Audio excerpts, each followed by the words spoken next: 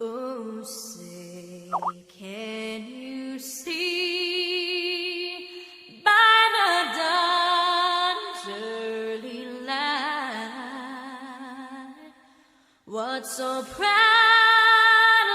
we held at the twilight's last gleaming, whose broad stripes and bright stars through the perilous fight o'er the ramparts we watched were so gallantly streaming. And against red glare, the bombs bursting in air gave proof through the night that our flag was still there. Oh, say, does that star-spangled banner yet wave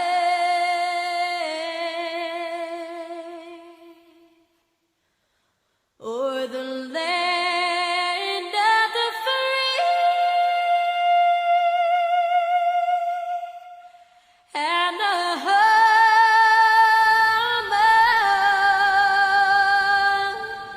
of the brave?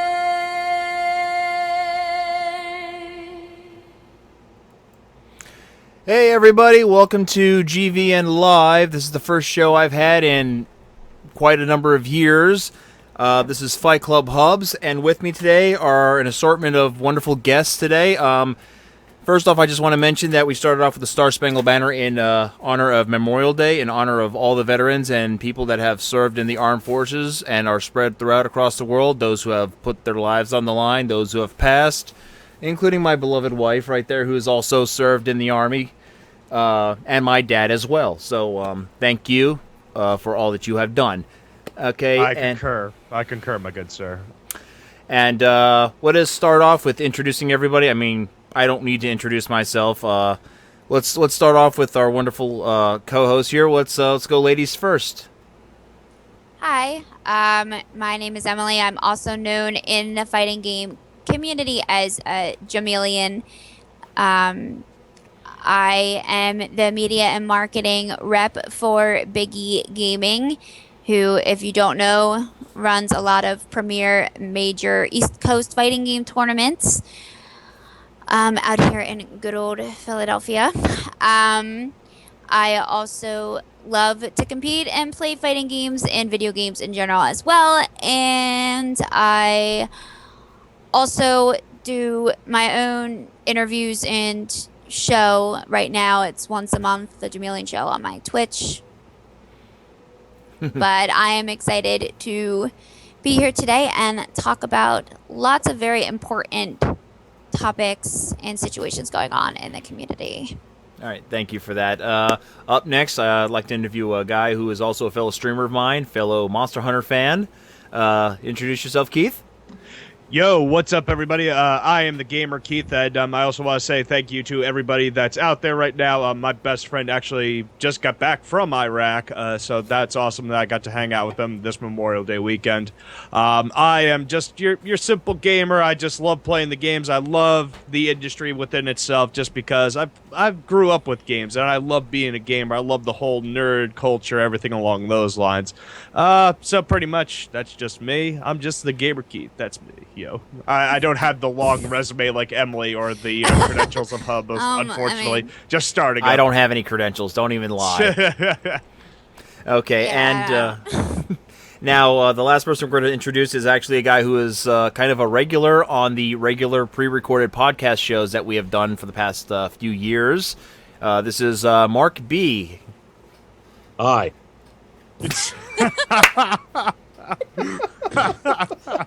I don't really have anything exciting to say about myself. I mean, I'm a senior editor for Die Hard Game Fan.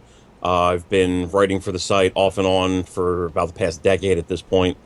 I've contributed works to various other Inside Pulse properties, Not a True Ending. One of the music sites they had, I honestly don't remember the name of it. That's pretty much about all I got, man. Okay.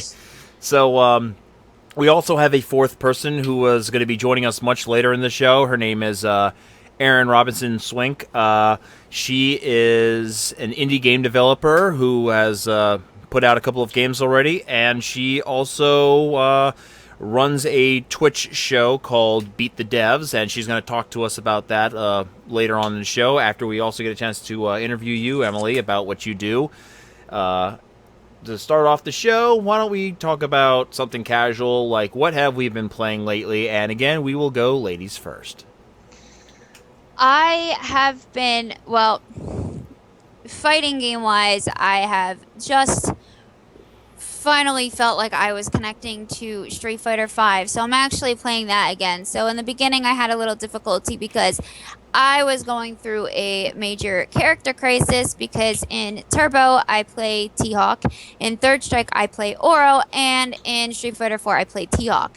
So as you can see, none of my characters at all were in Street Fighter 5. I had no interest in any of them, so except for maybe Armika. But then by the time the game came out, I realized that I really didn't want to play her as much as I thought I did, and there's that connection that you feel with the character, and you have to have fun when you're playing with that character, and you have to feel that connection, and I just was not feeling it with any of them, and I was getting very frustrated. So I took a break from the game, and I started playing other games outside of fighting games for a couple weeks, and every once in a while I'd sit down. I played it once a week, so I made it sure I at least played it once a week, but I wasn't like, I kept trying. But for whatever reason, recently, I have discovered that apparently I can somehow magically do combos, but only with Vega in Street Fighter V.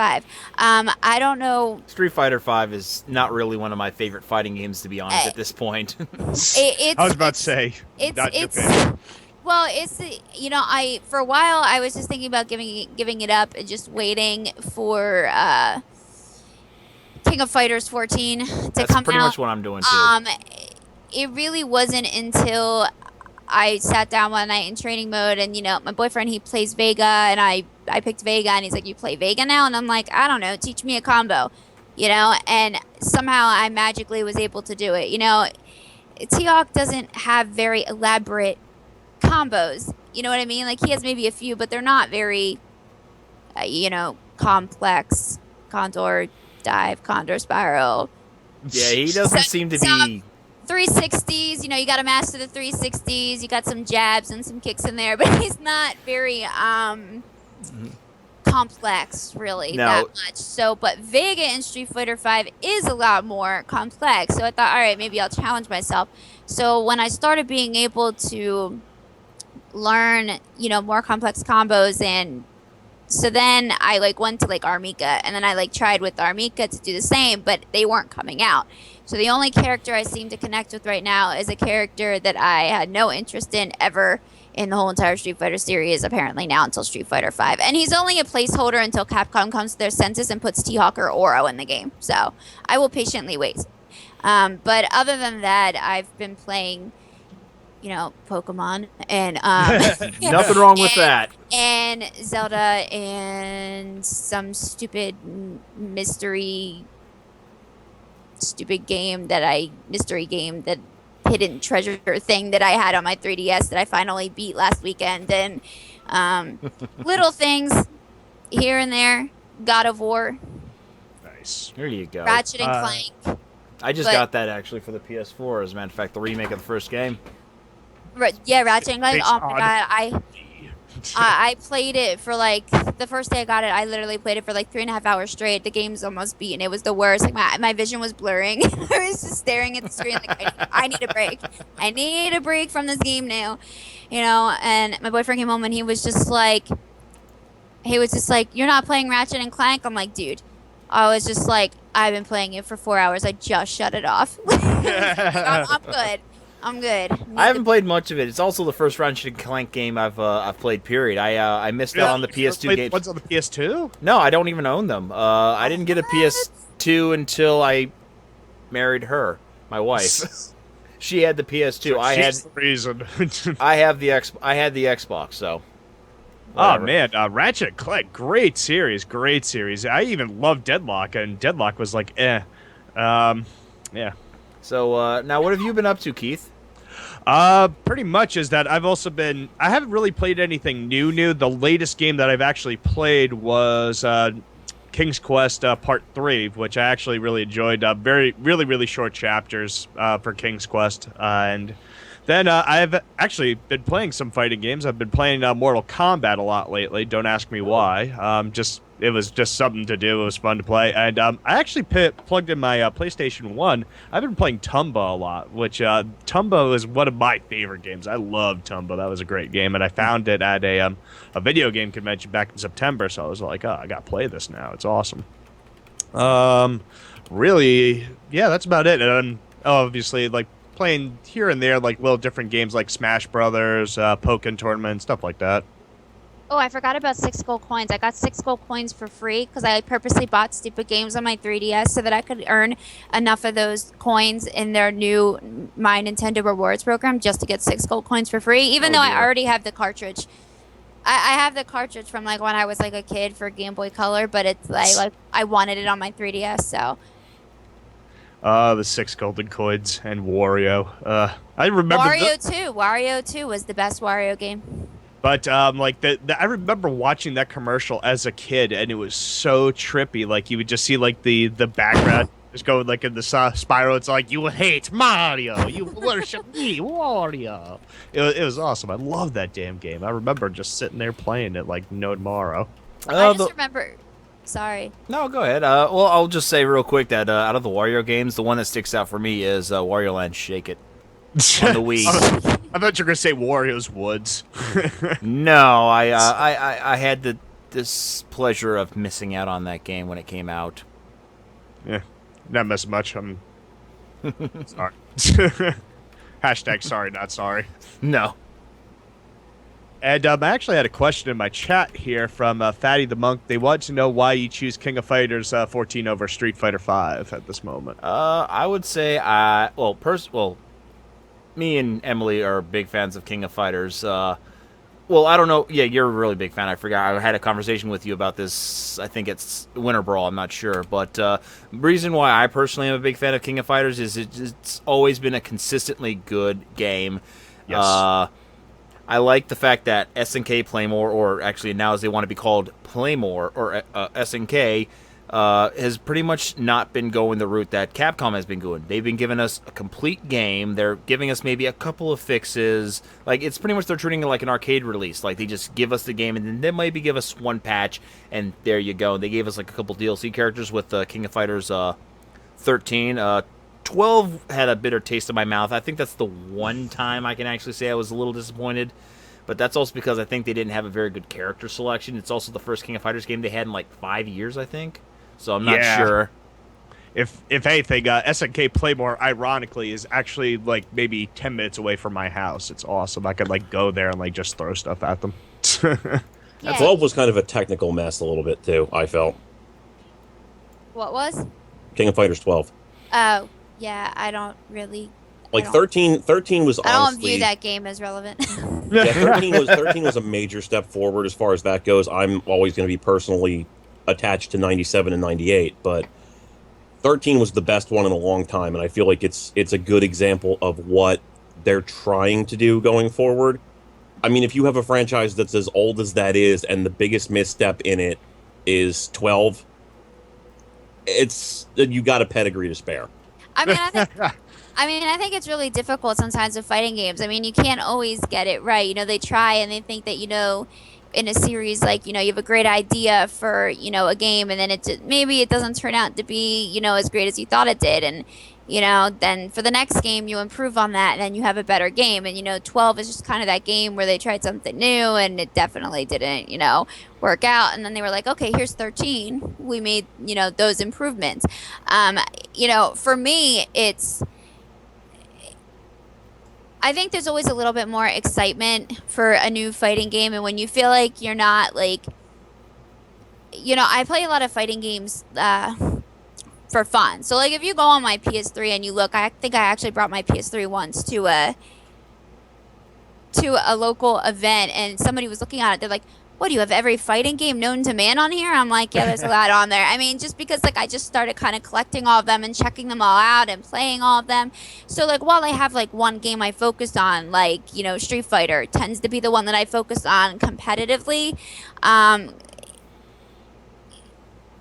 When you're not connecting to a game, you kind of start looking at, okay, well, what are my other options? If I want to stay competitive, I need to kind of have another game there. And it's been a very long time since we had a King of Fighter game out. I'm really excited about it. I know I'm probably one of the few, but I'm actually excited about the 3D graphics. So I'm about the only one. Now, in the very beginning, when they released the first trailer, that was a little sketchy. I was just like, all right, this looks worse. This looks worse than the PS2, graphics of King of Fighters 2006. Like it looked worse than King of Fighters 2006. That's the pseudo 3D one that they attempted at first, right? The Fatal Fury Max or something like that. Yes. And no, that was the PS1 game, I think. That was the was one she's PS1? Talking about is the Fatal Fury one and the Samurai Showdown one. I played it on my PS2. That's probably why. But there were two 3D King of Fighters games that came out on PlayStation 2 and I want to say Xbox. Yeah, there was one that came on Xbox. The 2000, all I know is it was King of Fighters 2006, and it was a 3D version, a lot of people hated it. I actually personally liked it. So my two favorite King of Fighters are King of Fighters 2006 and King of Fighters 13. But so I was actually kind of excited to see them going back to the 3D graphics. I mean, and I'm glad over time it's the graphics have obviously improved a lot from the first teaser trailer they released. So for me, it's not so much like I'm choosing King of Fighters over Street Fighter. It's more just Prefer? I don't even know if it's prefer. It's just King of Fighters is the only other game that I've honestly considered being competitive in, like got very close to competing in it. And the only reason I didn't was because I felt I was really far behind compared to everybody else in King of Fighters 2013 by the time I actually got the game.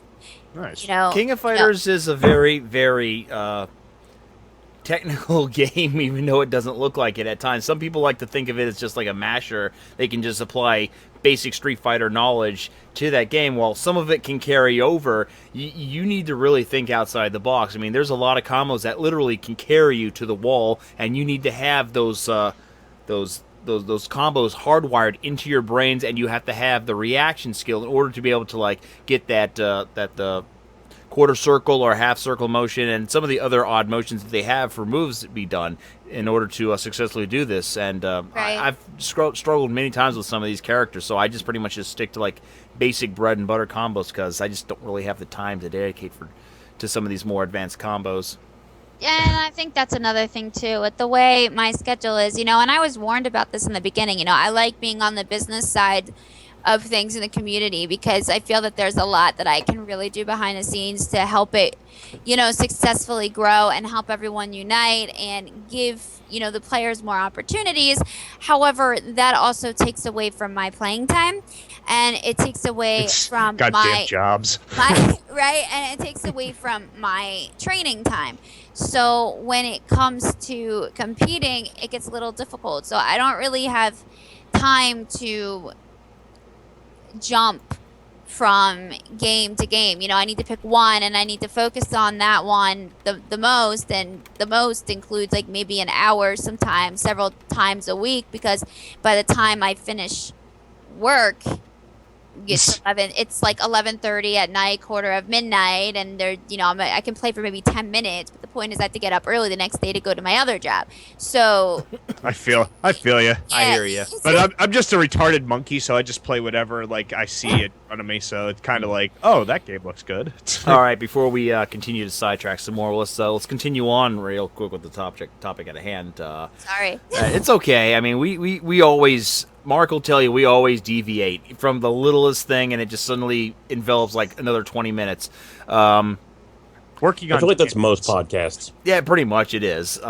So, moving on to you, Mark. What have you been playing lately? Tell me, what do you think of Ninja Turtles? Please don't hold back. I want to hear this one. The simplest way that I can possibly express it is, so you guys have seen the new Mad Max, I suppose? I have not yet, Yes. unfortunately. I have. Okay. Well, there's in Fury Road. There's the one character, who, like the main antagonist. I can't think of his name off the top of my head. I can't either right now. I'll look it up. Yeah. We have So this lovely thing called the internet. Yeah, I'll go on IMDb right now. yeah, I can't think of his name off the top of my head. Immortan Joe. There we go. So in the immortal words of Immortan Joe, the only way that I can sum up Ninja Turtles is mediocre. It's not terrible. It's not the worst thing I've ever played in my life. It's not the worst Ninja Turtles game I've ever played, for that matter. Yeah. But it's definitely a game that I feel like Platinum kind of just crapped out. They just said, whatever, here's our thing, and let's just do it and get it over with so that we have more money to put towards the next game that we develop or whatever. And it's, if you like Ninja Turtles and you play it on easy, it's fine. But it just feels like a game that is not especially well-tuned. It's all of the stuff that people don't like about Dynasty Warriors put into a game that doesn't have any of the appeal that the Dynasty Warriors games have. Mixed up into the most meager version of Spider-Man Web of Shadows I've seen in a long time. That game is horrible. Ugh. You shut your whore mouth. Sorry. Spider-Man Web of Shadows was the best Spider-Man game that they have released ever. Right. Ever.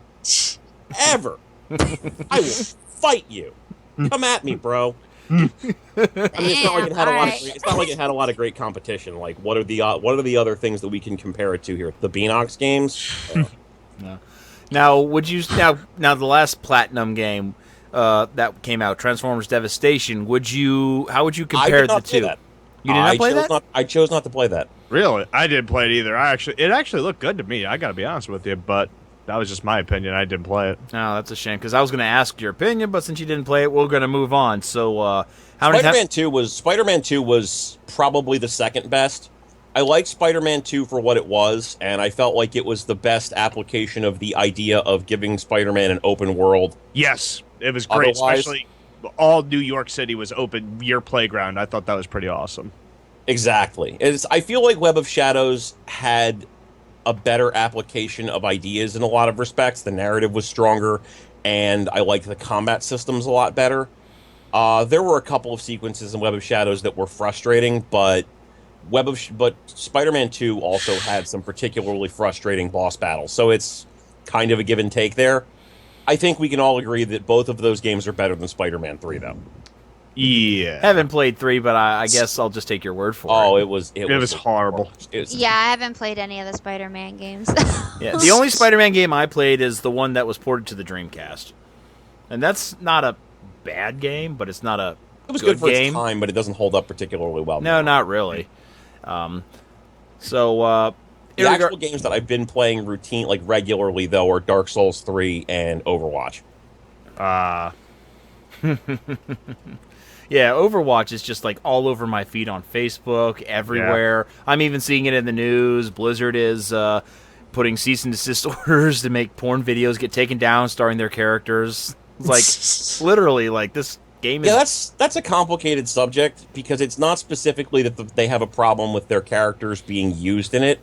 They're using DMCA to take that stuff down because they're being made in Source Video Maker or Source Filmmaker, okay. I believe it is, which means that a lot of the people took assets like character models and whatnot from Overwatch and ported them into SFM. So it's technically Blizzard's assets that are being used in creating those films. and like, they're just SFM movies that people put up as gifts or whatever for people to look at. So it's not a legal battle anybody's going to get into to try and say, no, don't take away our Overwatch porn or whatever. And from what I've seen, for the most part, the people who are making it are just putting them in file repositories that Blizzard can't touch because they're outside of their legal domain. So it's not actually accomplishing anything. But, they got to protect their IP, whatever. No, I mean, that's good. I mean, it's not often that a company is actually willing to, stand up and defend their product in kind of a way. I mean, how many times have you seen, Lara Croft get, overused? Yeah, like all the time for the last 20 years. She's pretty much been like The go-to girl and like stuff like that. And then the Dead or Alive chicks and all that stuff. Well, Blood Rain was in Playboy. I mean, what's the difference on that one? But they got permission from the company, and the company is also the one that provided that. Sorry to make you uncomfortable, Emily. I'm not uncomfortable. I was honestly I was thinking about God of War, honestly, which had nothing to do with this. Because I was thinking, all right, I don't play really any of the Lara Croft games either, but I play God of War. Maybe I should say something. So that's honestly what I was just thinking about. She makes a valid point, though. From a legal perspective, there's only so much that you can protect, though. Like, if your characters are being utilized in a way that you don't like, so long as somebody is not making any money off of it, and sometimes even if they are, it can technically be considered a form of protected speech, because there are a lot of artists out there who will draw these characters, and it's clearly those characters doing every single thing you can possibly imagine. Let me tell you, looking up information on Overwatch, I have seen some shit. Just the way you say it is the worst. Just I've seen the literal things, man. worst. Some stuff. Do you know who the character Winston is in Overwatch? The monkey? The giant gorilla? Yeah, I never want to play as that character. I have seen some shit, man. But so there's only so much there you can legally protect, because it's parody law protects a lot. You can't try and market something based around that name. Like you couldn't make it that it was clearly an Overwatch thing. You couldn't try to market it as something that was under the Overwatch brand. But if you release artwork as fan artwork, it's kind of protected under parody. There's a lot of weird legal gray area there that lets people do kind of whatever they want. Blizzard is getting away with all their parody porn. Pretty much. Yeah. Blizzard is mostly just able to do this because it's their own assets being used. Well, and you know what? The thing when it comes to, I mean, this can be applied even to nerd culture in general, because you constantly see artists at conventions that are, they're drawing pictures of, I'm going to go back to Pokemon here, Pikachu or other video game characters, and they're painting them. Or, for example, I know a guy who does amazing work. He makes Zombibos. He pretty much buys Zombibos. It's exactly how you hear it. I've actually seen those. Those were at the convention I was at in Yeah, Assaultus Art Creations. You should check him out because he does great work. But he'll buy the amiibos and then he'll pretty much take them apart and create all the artwork and turn them into zombified video game characters and Nintendo characters in general. But he changes them completely up, and it's not like anybody can. Nintendo or anybody can come back and then claim it, because technically, do you know what I'm saying? It's transformative. Right, exactly. And, it can become a very, as you were saying, there's a very gray line between that. Now, I know Nintendo's been cracking down, I think, lately on, YouTube videos and, certain content being used. And I think that's the thing, is if you are making money Nintendo off has no idea what the hell they're doing with their YouTube policies. Yeah. The same thing. They have Nintendo seems to be 10 steps behind everybody when it comes to everything. They're like the old guy at the back of a van just yelling at the young kids saying, "You whippersnappers don't know what the hell you're doing," stuff like that. Well, when it comes to like let's play videos and playing a game and recording it and talking about it and putting it online, that's more advertisement for a game. So most gaming companies, they're not going to have a problem with that because Sega might. I didn't. Sick has no room to talk at the second.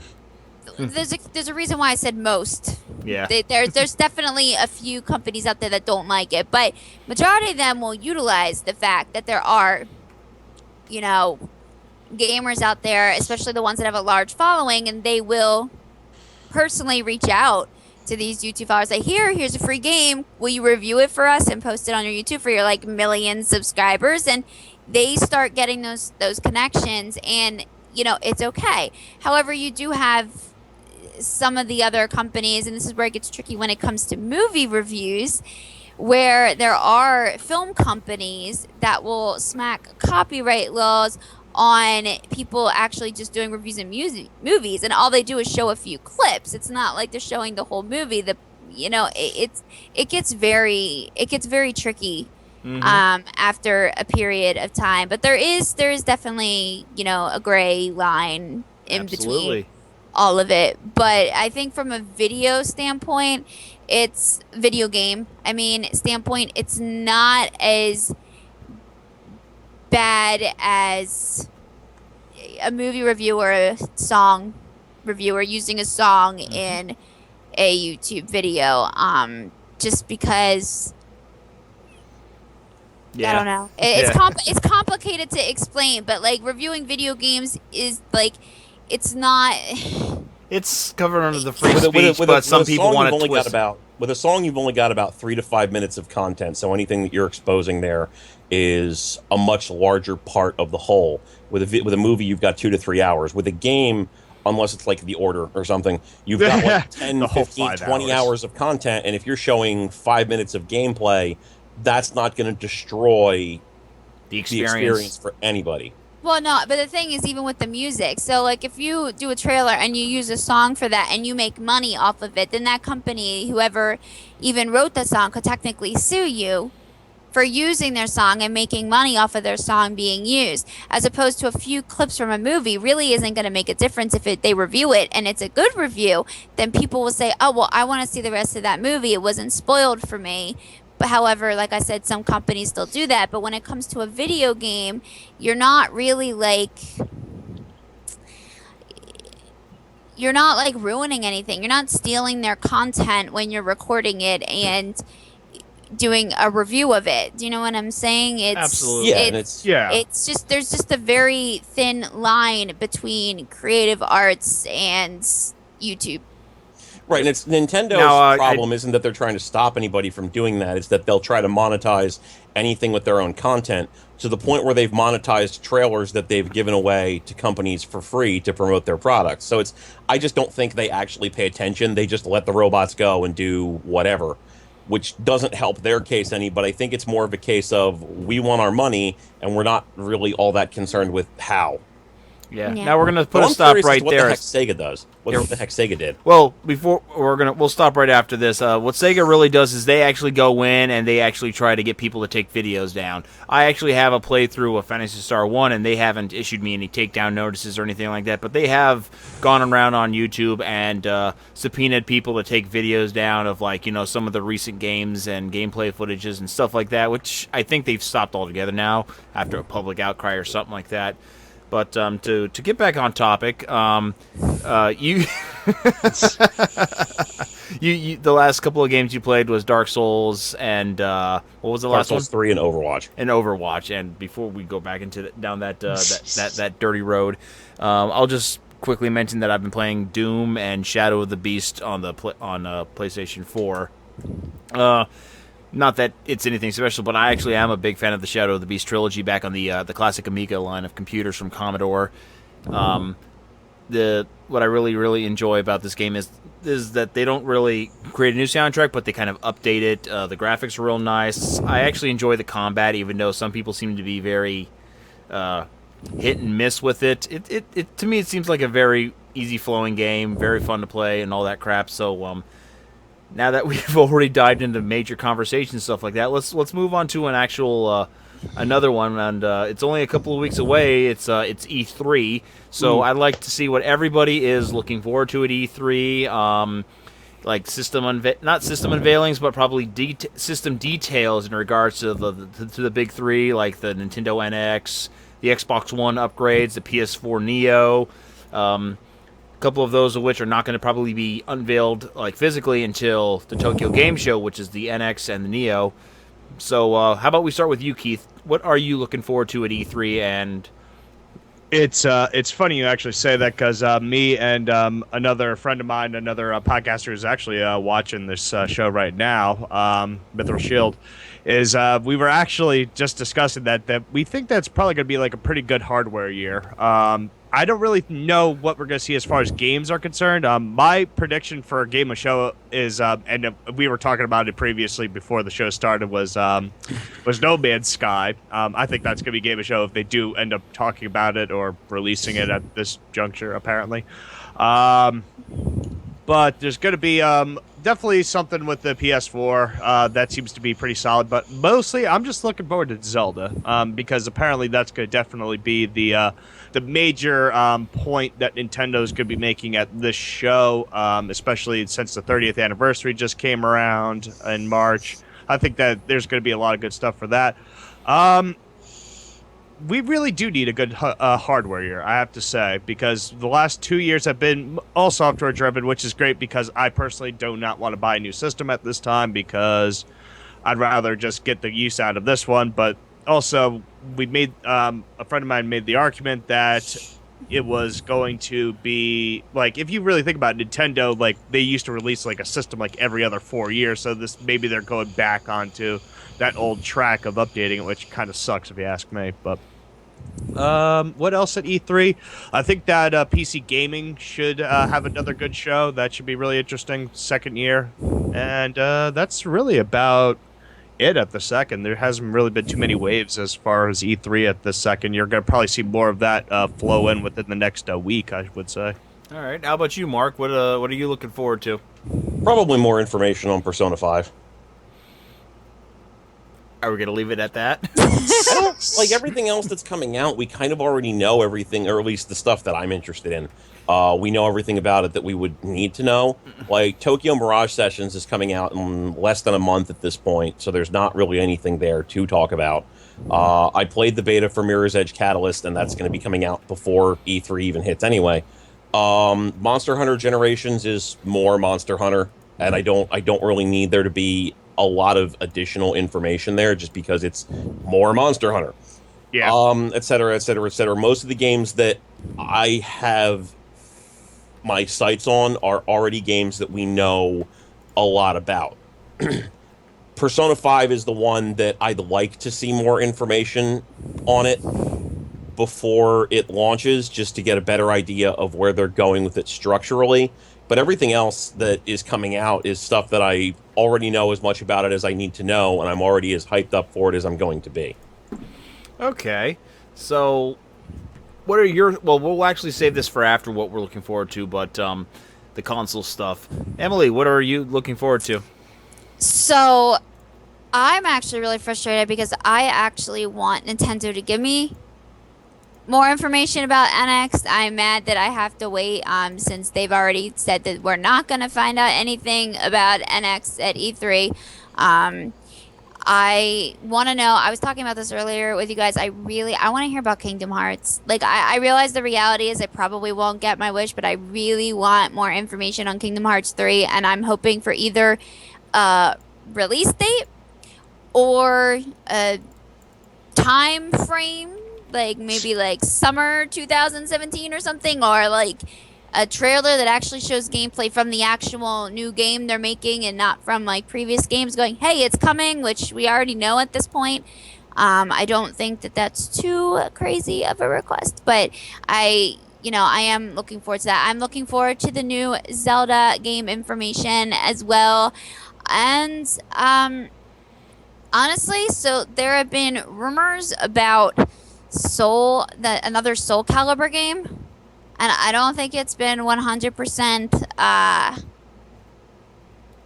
confirmed yet, and I wouldn't mind being surprised and seeing like that the next Soul Calibur game's coming out, or maybe another fighting game that we haven't heard of yet's coming out. In reality, I actually would really like to see a new fighting game. And I mean like one that we haven't even seen at all yet. And I know there were a few that were being made and then they just fell through because of production costs. Like for example, Beast Fury.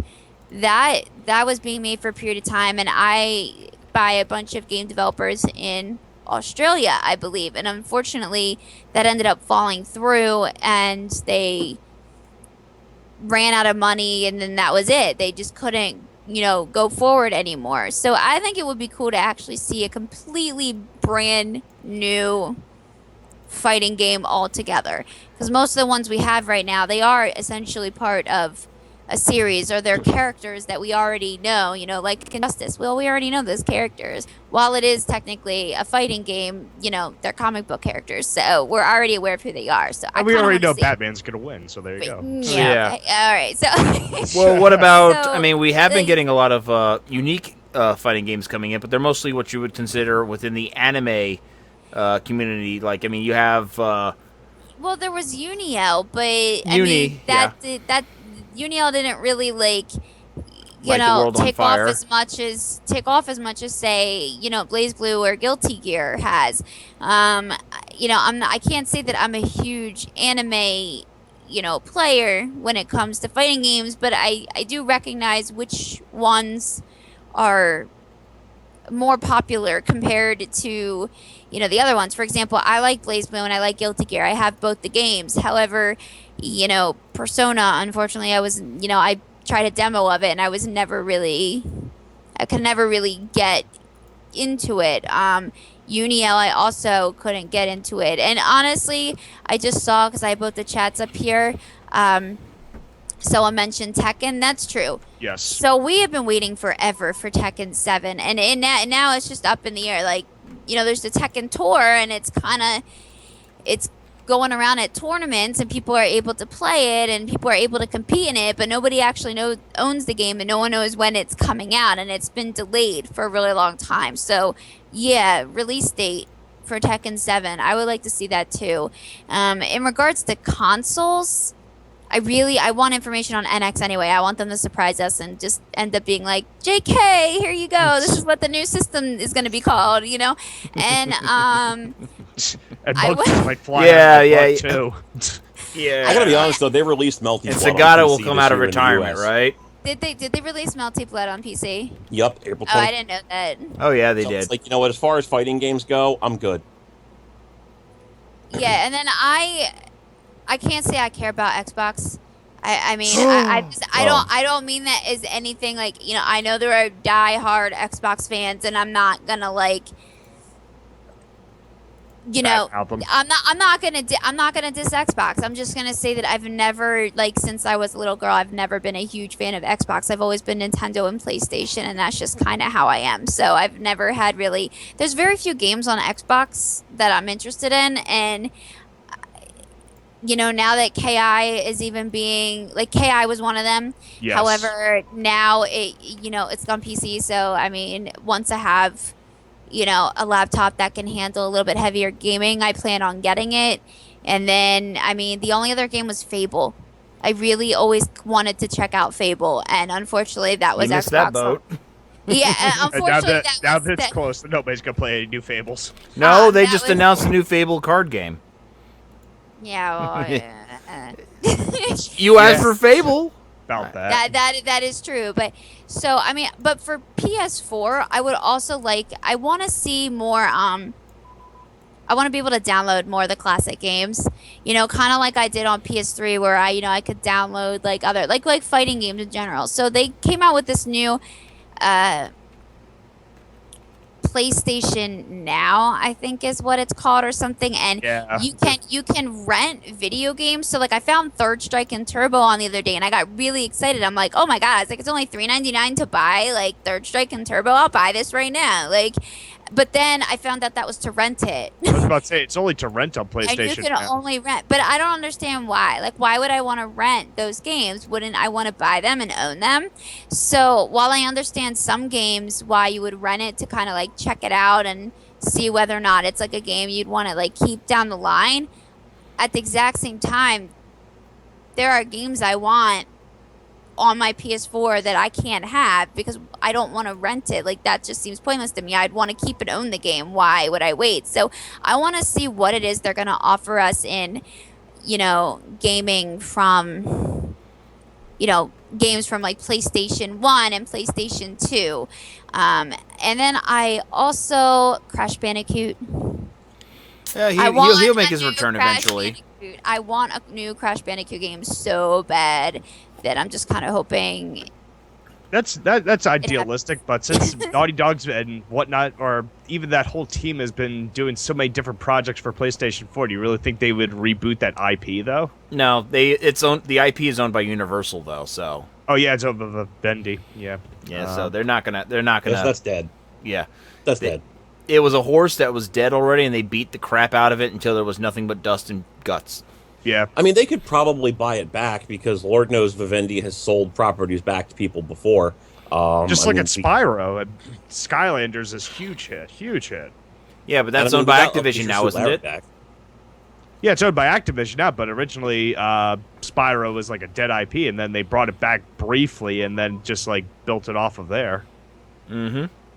Now, speaking of, the consoles coming out, the PS4 Neo, the Xbox One upgraded systems, the NX with its rumored ability to add compartments to upgrade the system, have we finally reached that day and age that people have talked about years ago where pretty much consoles have become mini computers with interchangeable parts possibly looming overhead? Does anybody actually see that possibly happening in the next 10 years? I feel like the major problem with that whole thing is it kind of removes the benefit of having consoles, and it's very short-sighted. Yes. I was about to say, for that, you might as well just build a PC. It's not even just that. That's definitely a part of it, to be sure. That's where it doesn't have any of the obvious benefit that it doesn't give you the obvious benefit that not owning a PC would if you're going to have to keep upgrading tech every so often. But the current consoles are fine. They're fine. There's nothing functionally wrong with them in any way, shape, or form. Microsoft made a stupid decision by not designing their console the way that they designed the Xbox 360 with the way that it handled the RAM cache, because that was the reason why they got all the Oblivion expansions and things like that, and the Sony console couldn't. Sony learned that lesson, and Microsoft, for some stupid reason, decided, no, let's do what Sony was doing that everybody hated. That'll surely be a great idea. Yeah. Yeah. So it was not a great example of how to build a console. Microsoft, I could at least see kind of saying, you know what, maybe we got to retweak this or that. But the consoles are fine. We don't need them to be technically upgraded. We don't need them to be improved. We need games to come out for them that people want to pay money for. Now, apparently one of the big things as to the drive behind these upgraded systems is the huge influx of VR. I mean, the entire Xbox One is being pretty much buffed up because it's going to be working with the Oculus Rift. You got Sony with their VR headset coming out. I thought it was the HoloLens that they were working on with Microsoft. Well, Xbox. Microsoft has their own HoloLens, but the Oculus Rift is going to be, made to also work with the Xbox One at some point. Okay. They're also designing them to be compatible with the new definition, with the new generation of 4D 4K HD 4K HD TVs, which they're not presently compatible with. And Kirk H83 says, "Mark, you're right on the money." See, I think it's I have a little bit of a different opinion when it comes to the direction that consoles are going. I actually see them going in a different direction than like a PC and a computer. I see them more becoming a hub where basically not only can you play video games, but it's more like the internet. It's more like they're taking everything from the internet and giving you the option to be able to have apps and do it as well on the console.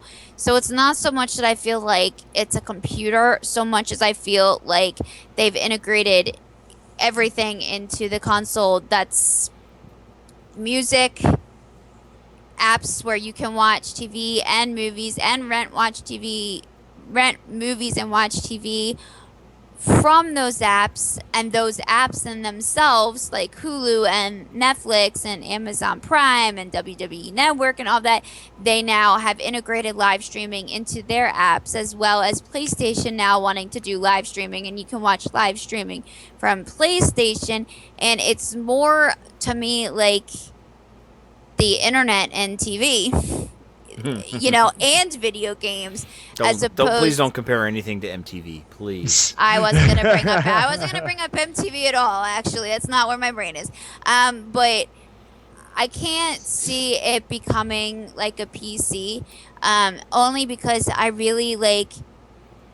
There's a lot more they'd have to do that I wouldn't want on my gaming console. I mean, I like the idea of watching TV and movies, and I take advantage of that, but like I also don't use it for music, and there are certain things I don't use it for as well. It's primarily gaming and Netflix and Hulu for me on there. So I just don't see it becoming a PC so much as I see it almost taking over the internet. It's becoming an iPhone.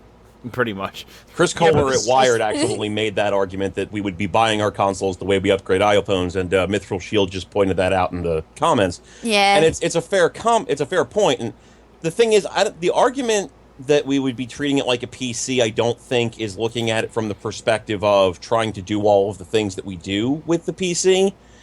It's closer to what you're saying, Emily, where they're trying to make it this all-in-one box that will handle all of the basic stuff you'd want to do. So it's a gaming console and a thing where you can watch your Blu-rays and a music platform and a Roku and all that kind of stuff. It's the thing is that you don't need to upgrade the tech constantly to make it compatible with that stuff. Just have to do the software. It's all software related, not really tech.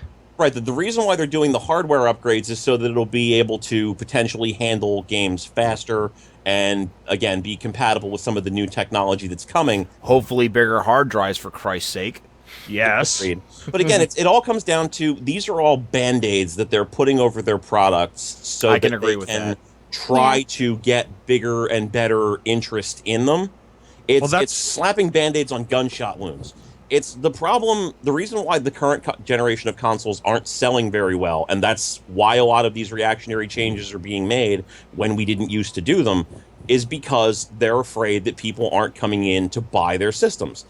You look at what happened at the tail end of the Genesis's lifespan, where people weren't buying the console as much and Sega was clearly on the downswing. What did they do? The 32X. And how did that go over? Like a fart in church.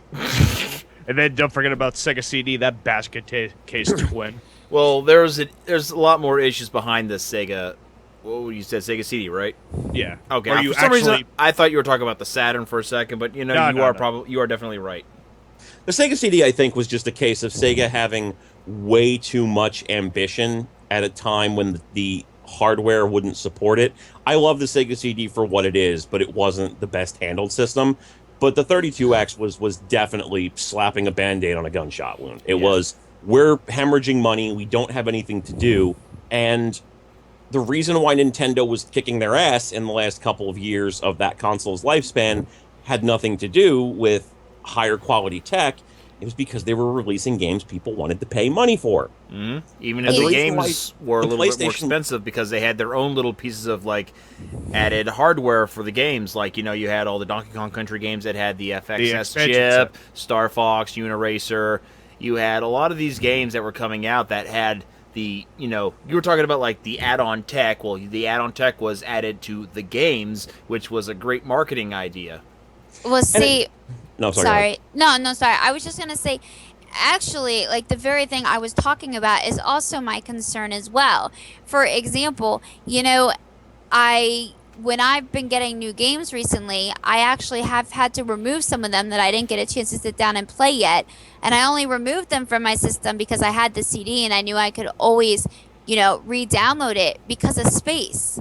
All of those extra apps that are added into the PS4 and extra features they add, while they're great, they're not necessarily great if you're a huge gamer and you're buying these games and you want to download and play them and you have to delete previous games you're either in the middle of or you took forever to finish just to download another one. I couldn't even upload Street Fighter V the other day, and I didn't even feel like I had that much content on my PS4 in the first place, mostly because of a bunch of content and apps, and it took me forever trying to delete, content that I wanted to delete from it just so that I could update a game. So I do think that that's something, that's going to end up being an issue down the line, that they're trying to put too much into consoles nowadays, and that's going to start triggering, I feel like, a downfall, because for me, it's frustrating when I'm trying to,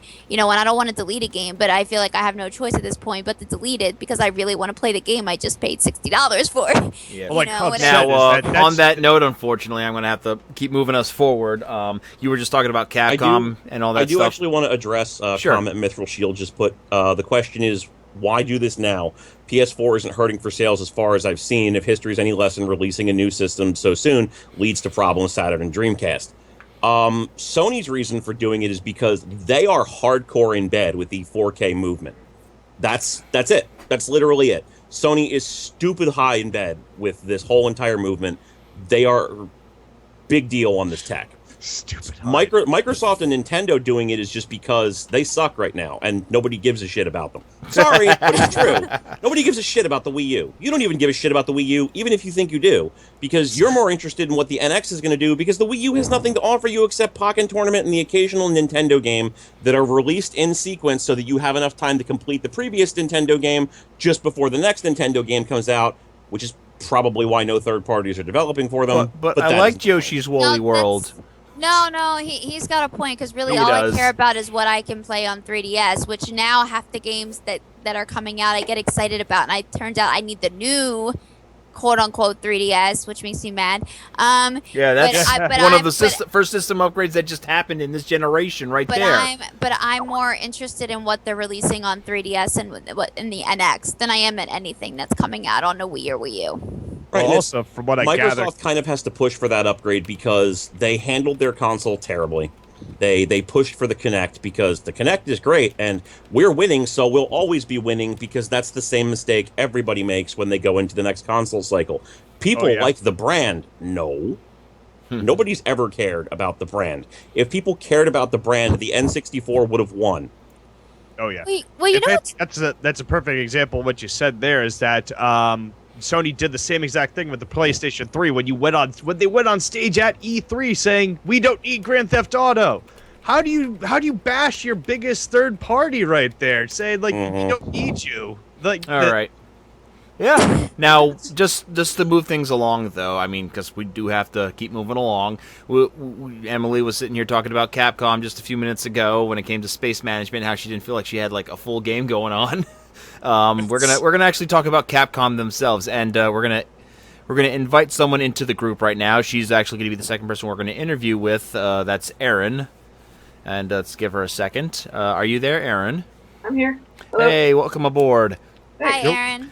All right, so Erin, we are now entering a new topic of conversation. We are actually going to be talking about Capcom and their issues, and they're coming to grips with reality, whether or not they're doing it because they realize they saw their sales figures after going up against Pokken or whatever. But since you're the newcomer, we'll ask you what do you think about Capcom and this whole deal that they've been going with for the last 5 years? I'm actually not super familiar with that, if I'm going to be totally honest. Well, one of the big issues with Capcom right now, and it's enraged a lot of their fans, is that they've been releasing a ton of unfinished games. I mean, we can also look back at Azura's Wrath, where they charged you to try and download the true ending and boss fights. They released, Capcom released Street Fighter V as an incomplete game, and they just keep adding to it. as they go along, to where they try to make it a more complete game, and then they just realized and addressed the issue with their fans, saying, "We're sorry, we'll try and do better." So, your thoughts? Well, as a developer, the developer has to recoup the money they spend making the game, and usually the best way to do that is to appeal to your most hardcore fans. Especially since like piracy is always a problem. It varies by platform, but like if you can get your true fans to pay a little bit of extra, that would be it's very good for the studio. And so you can kind of see they're trying different things to like try to get support their business. Basically, game developers got to eat too. So I'm usually pretty sympathetic when I hear about ways they're trying to recoup their enormous investments on these games. All right. Anybody else want to chime in, Mark? I feel like it really depends on the game that they're releasing. Like, Monster Hunter has kind of sort of been a thing where they've made incremental updates over time, and they've consistently been utilizing the same engine or a similar engine to keep it going, working off of the Street Fighter or Mega Man principle. And that's not the worst way you can do business, particularly if you're adding in content people want from a game-to-game basis. The rest of them, though, I mean, I paid money for Resident Evil Revelations 2, and that was not a great idea in any respect. The entire fourth chapter shouldn't have been a chapter in general, because it was 5 minutes of one character and the rest was an entirely separate character. It just wasn't handled particularly well as episodic content. It should have just been a standalone game. And it's for the most part, I feel like it's kind of become a running trend at this point for developers, especially Eastern developers, to come out and say, you know what, we're sorry, because this is also in the wake of Sega coming out and saying, hey, we made some mistakes, we're sorry. Atlas showed us where we've made mistakes, we promise to do better. I think it's just the old ways don't work. The new ways that the companies are trying are just upsetting people or driving away the core fan base. They don't really know what to do, so they're trying different things. And you can see it even in companies that haven't publicly apologized. Look at Namco Bandai as an example. They've spent years just kind of pushing off their anime games, pushing off their anime games, pushing off their anime games. And all of a sudden, Sword Art Online is everywhere, and we're bringing out both of the new God Eaters that we made, and here's a game based on, all of these different animes that we never brought over to the US. They're giving all of these anime games to us because the fan base has been asking for years, do this, give us this game. Yep. It's they're trying to experiment because the old ways aren't working, and they don't really know how to compensate.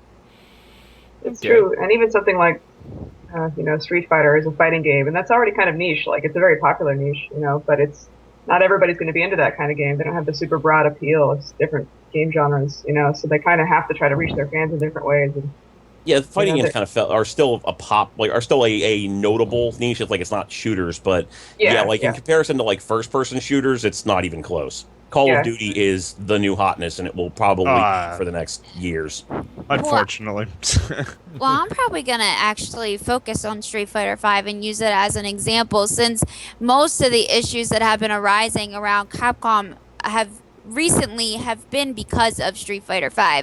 So obviously most people know that the game was released unfinished, and I think there are a wide variety of issues surrounding this that actually go beyond the game not necessarily being completed.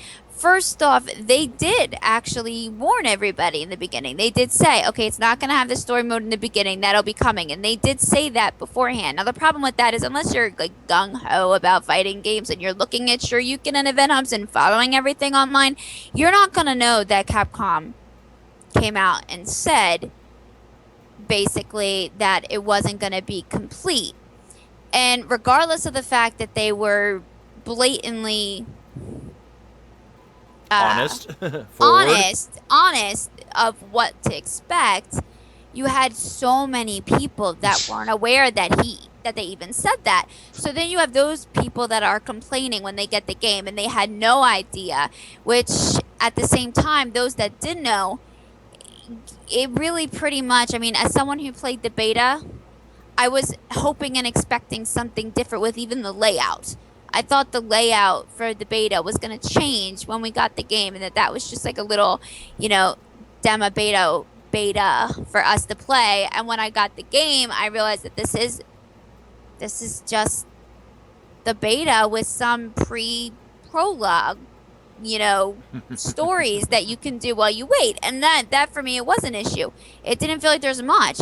I started unlocking like costumes, the story costume, but I couldn't even use them.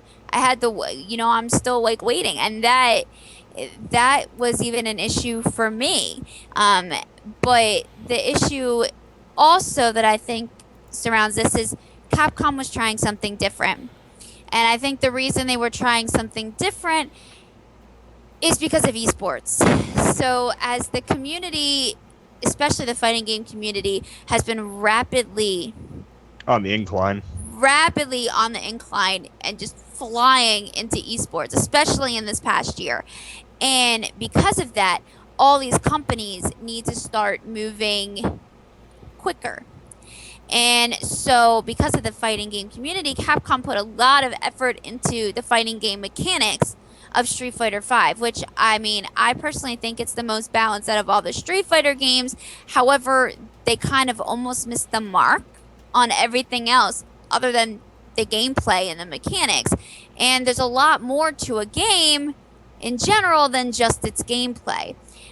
There needs to be, visual appeals and music and a bunch of content within a game that keeps you interested and wants you to keep playing for both the casual player and the serious player. So I think they were focused a lot, and they have been focused so much on the Capcom Pro Tour, on the transition into esports, on pleasing the pro players so much that the other players kind of got Left behind. Yes. And I think that while they were trying to do that, and that was keeping all of their time, that's a lot of work essentially that they're doing, and all their focus is on that, they started realizing, and yes, it is possible that Pokken sales being higher than Street Fighter V played a part. It is possible in their announcement, but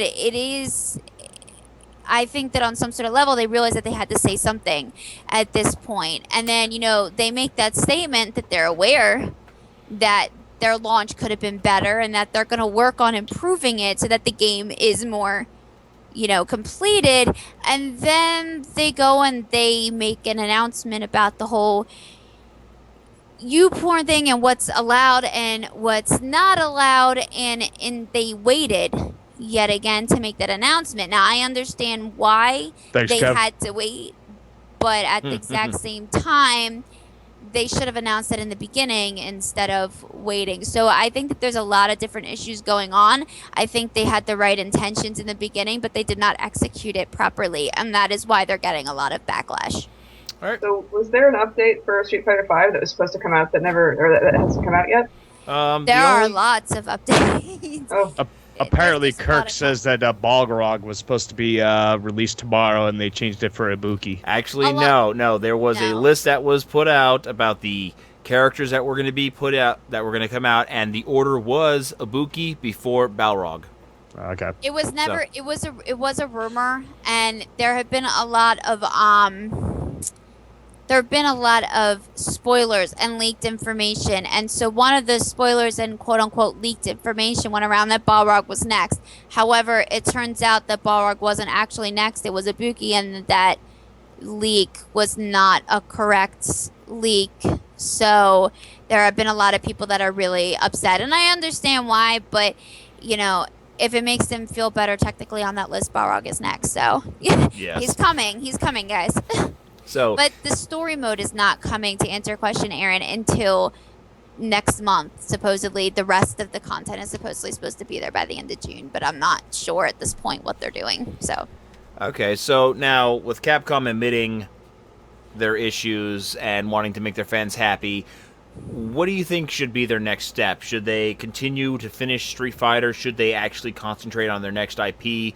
In fact, speaking of which, they even mentioned that they're going to be trying to look into their backlog of older IPs into revitalizing some franchises.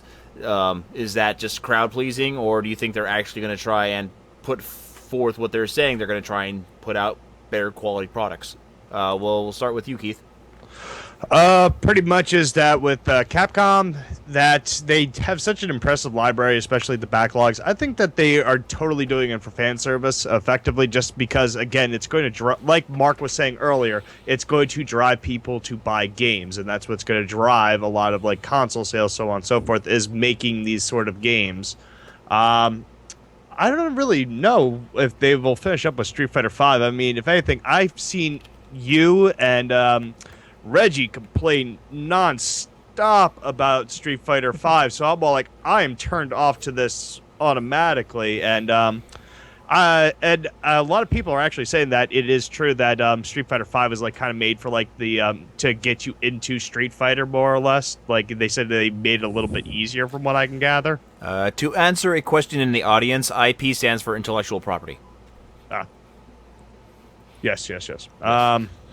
Now I lost my train of thought. All right, sorry. Sorry. No, it's my fault. You were talking about how people were stating that the game was actually easier, which I could actually partly disagree with, but... Yeah, I have not played it, so I cannot say for fact that is true. But again, that's from what I've heard on that one. But I don't know. Capcom, they need to get their proverbial like shit together, especially with the stuff with Resident Evil, and just I think they really need to work on a new IP, definitely, or even bring back like something newer or. Oh please, that friggin' like Mighty 9 that will release on effectively the 10th of Never at this juncture. That's gonna probably But to be truthfully honest, after so many delays, does anybody still care? No, but if anything, as far as like the whole Kickstarter movement, I think that's gonna definitely hurt it a little bit. If that's on me, I would say, because a lot of people are like really excited for it. A lot of people backed it, and the fact that they keep on having these delays for this, I think that. The whole Kickstarter thing, I think it's fantastic, but it's like with great stuff comes great responsibility, sort of thing, or great power. I'm sorry, comes great responsibility. With great financial burden comes, True. Yeah. So I see it from both aspects. Like they want to make this game, but if it's not good and they had all this backing, that it's gonna, it's not gonna be a pretty scene. All right, so backtracking, Erin, what are your thoughts about what Capcom should be doing since you're in the industry? What do you think would be their best move? Well, when you start a new IP, that's a huge amount of risk to be taking on. Usually with like millions and millions of dollars, and so the safer route is always to use an existing IP and to make a sequel to something that is proven popular. So that would be my guess about what they might do next. The reason we see, sequels of games into the 3, 4, 5 range is because it's less risk. Basically, as far as like the goal of the game company is to keep its doors open. It's kind of hard to fathom how much churn, how much money it's spent every single month to keep the doors open in these places. Because if you think about it, like if you've got a programmer on for a 6-figure salary and you've got dozens of programmers, like that adds up quick. And so they have to think about like how many copies of this game can we expect to sell at this price point? Where can we make even a little bit more money? And that's where the extras come in. So I see it from the side of like somebody's trying to balance that budget sheet, and to me, like, bringing back the old IPs is good. It helps make the fans happy, and it's also good for the company because it's less risk. Yeah, gone are the days where companies would experiment, especially companies like Capcom and Sega back in the late '90s, early 2000s, where they would try new IPs, new ideas. I mean, we had games like Rez, Billy Hatcher. Capcom had, like 30. Yeah, Capcom had like 30 different types of fighting games. They weren't afraid to try new things, new technology, new forms of animation, or whatever, and new ideas, and see if they caught on. I mean, they had like several versus games before, Marvel versus Capcom caught on and became as big as it is now. What are your thoughts, Mark? I want to hear Mark's thoughts. I 100% agree with Erin. Insofar as, the first thing I want to address is if they're smart, they're going to finish Street Fighter V. That's exactly what I was going to say. Finish Street Fighter V first, then do the IPs. But you definitely want to finish Street Fighter V first, and otherwise, I mean, I'm already seeing numbers dropping. From current major tournaments, it's already starting to drop, and while it won't drop at Evo, it's already at other major tournaments. It started off really big, and it was huge, and it was beating record numbers at events, but And the final round had over 1,000 people. but Combo Breaker didn't. Yeah. So it's Womp, womp, slowly womp. starting to go the opposite direction. So I think that if after Evo and Capcom Cup they expect the numbers to stay steady or rise back up, that they need to do something with the game. But that's my 2 cents.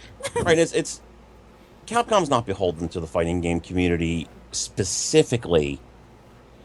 Like I don't want to say that they have to do this because they rely on the FGC. Like, The FGC I don't necessarily... really is only a small part of their sales to begin with. That's again, that's a niche market in a niche market. Right, but it's the thing is that they don't Capcom doesn't necessarily owe the FGC anything. But, and this is the key point, esports are huge, just in general. You know, League of Legends, Dota, things like that are multi-million-dollar esports environments, and with Heroes of the Storm. Heroes of the Storm specific is another big one, and with Overwatch coming out, that's going to be another esports-ready property people have their eyes on. Keeping the FGC healthy is in Capcom's best interests, and not only that, if they don't finish Street Fighter V, what does that say about you as a company? Where you released this game at $60, incomplete, and then you said, nobody liked it, we're just not going to finish that, we're going to go do something else. It would damage an already damaged reputation. Mm-hmm. That said, insofar as where they go from here, going back to Erin's point, it is smarter for them to go back to an existing intellectual property. To my mind, the only option that they have, if they're not great in the money department, is to go back to Resident Evil. Because what other options do they have? Their choices are bring back franchises that have been dead for decades at this point, which doesn't work, as we saw with Bionic Commando. Go with a new intellectual property, which doesn't work, as we saw with Dragon's Dogma, or try to do something with one of the intellectual properties that they've already damaged beyond repair, which doesn't work, as we've already seen with Devil May Cry. The best option they have is Resident Evil, because even a terrible Resident Evil will move multiple millions of copies. That's the hole they put themselves in. They got to go back to Resident Evil, or they got to try to put something out there and hope it's not as big of a money loser as it's probably going to be. Anything, I would like to bring back Okami, because I freaking loved that game series. Yeah, that game was always a wash every time they released it. That game has never been a profit maker.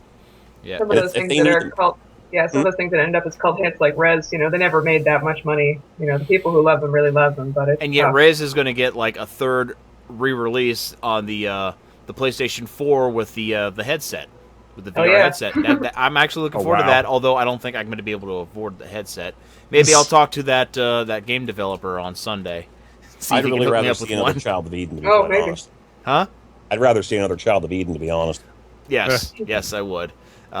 So anyway, we're gonna move on now. Let's get to know a couple of our guests. We'll start off with you, Emily. So I've actually known you quite a while now, for at least a couple of years. Let's start with you on how did you get into gaming?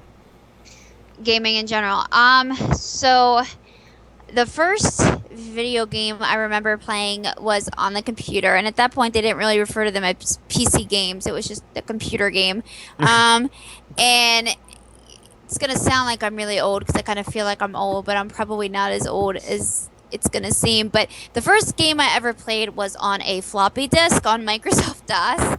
5-inch or the smaller ones? It was, oh my god, it was probably like about like. It was the You waved 3.5 it back and probably. forth like a fan. Yeah, it had like the circle thing in the middle, and it was like a square, and you put it in, and you had to special click on. Was it big or was it small, effectively? Because the 8s were like pretty much like the size of like huge cubes like this, and then the 3.5s were like this big. No, I think it was a 3.5. It was. I remember being a lot smaller. I was like 5 or 6 though, so there's only so much I can, remember. But they were smaller.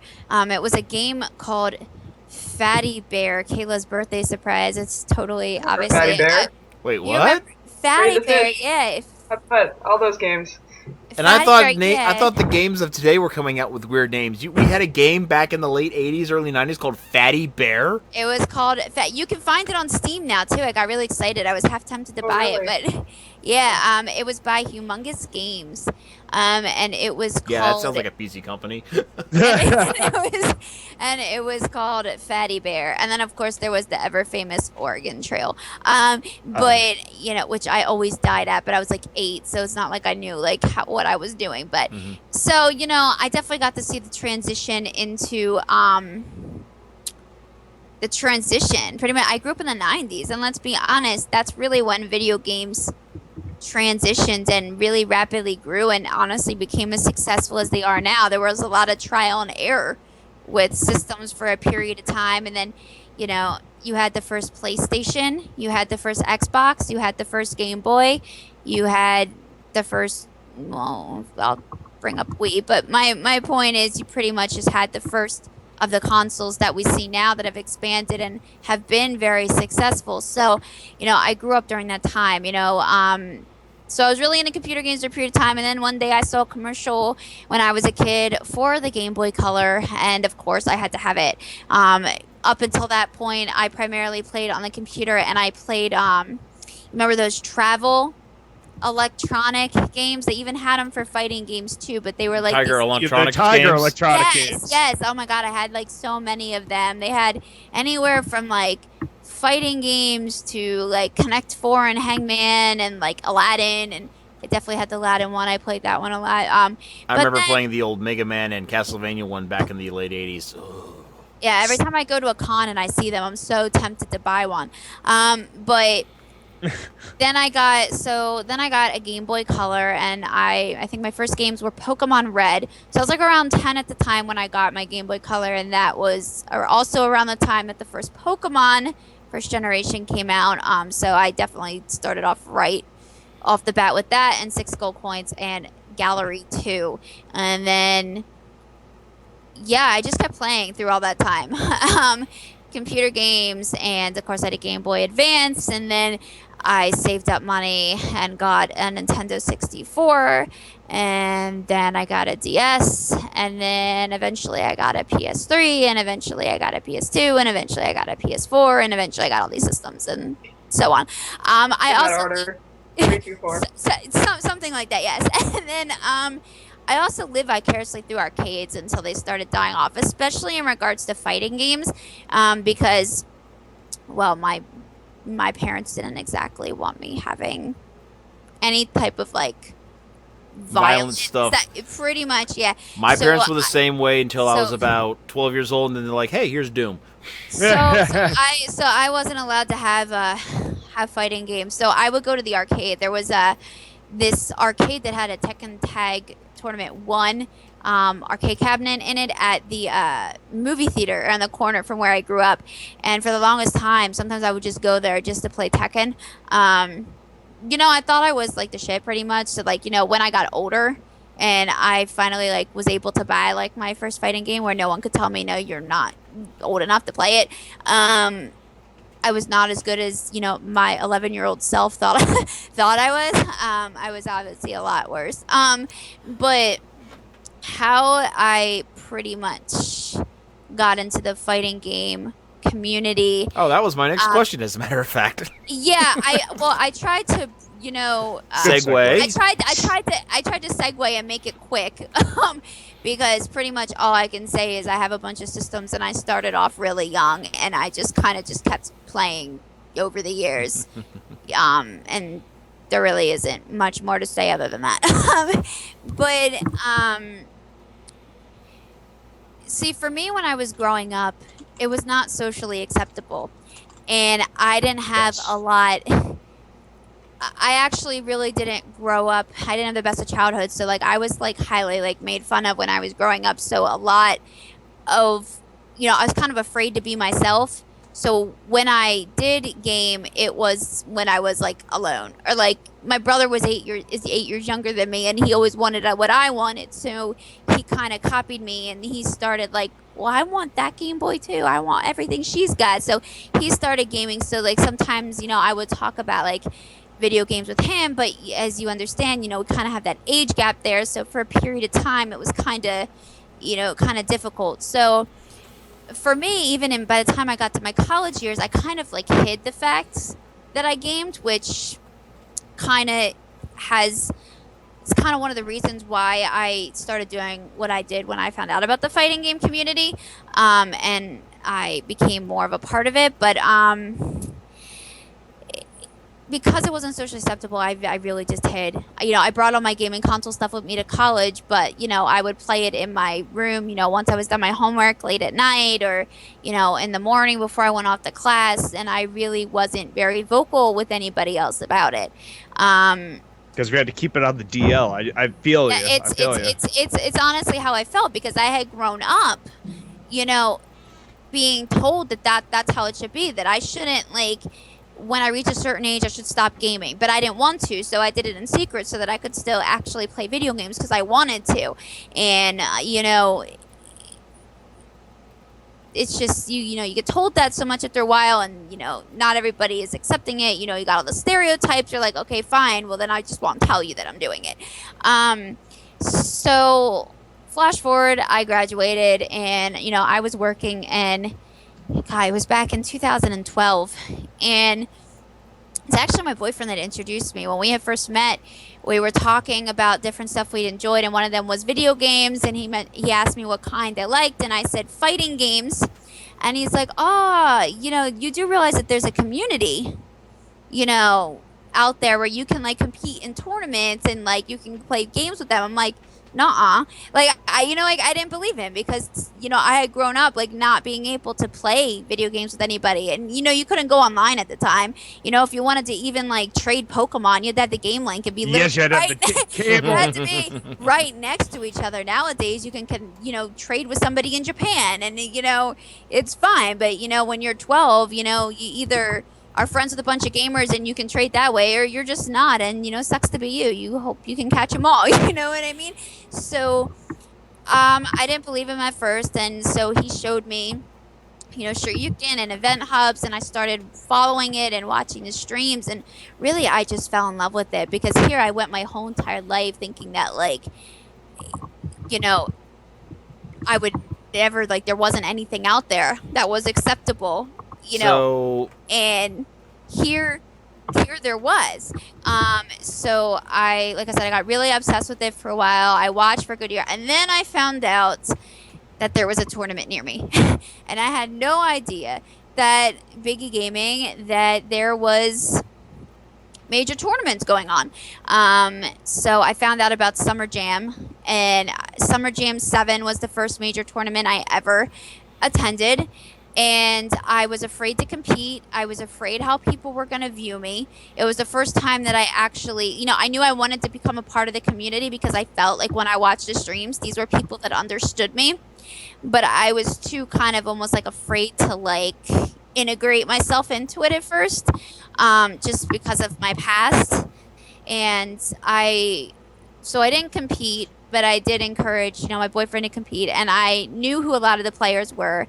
And I talked to a few of them, and Shock was really nice to me. He was one of the first people that ever spoke to me, of Shock. Shock's a good guy. Of Combat Network. He was a really nice guy. No one knew who I was. I was this random chick, showing up. And I was so nervous even to be there in general, because not only was I a female around a bunch of guys that were gamers, but at the exact same time, I thought, man, these are probably really good players, and I've been playing on my PS3 all these fighting games, but I'm probably not as good as them. What if they judge me with the type of player I am? Well, that was not the case at all. In fact, a lot of people there that didn't even know me were encouraging me to compete. They said I should have.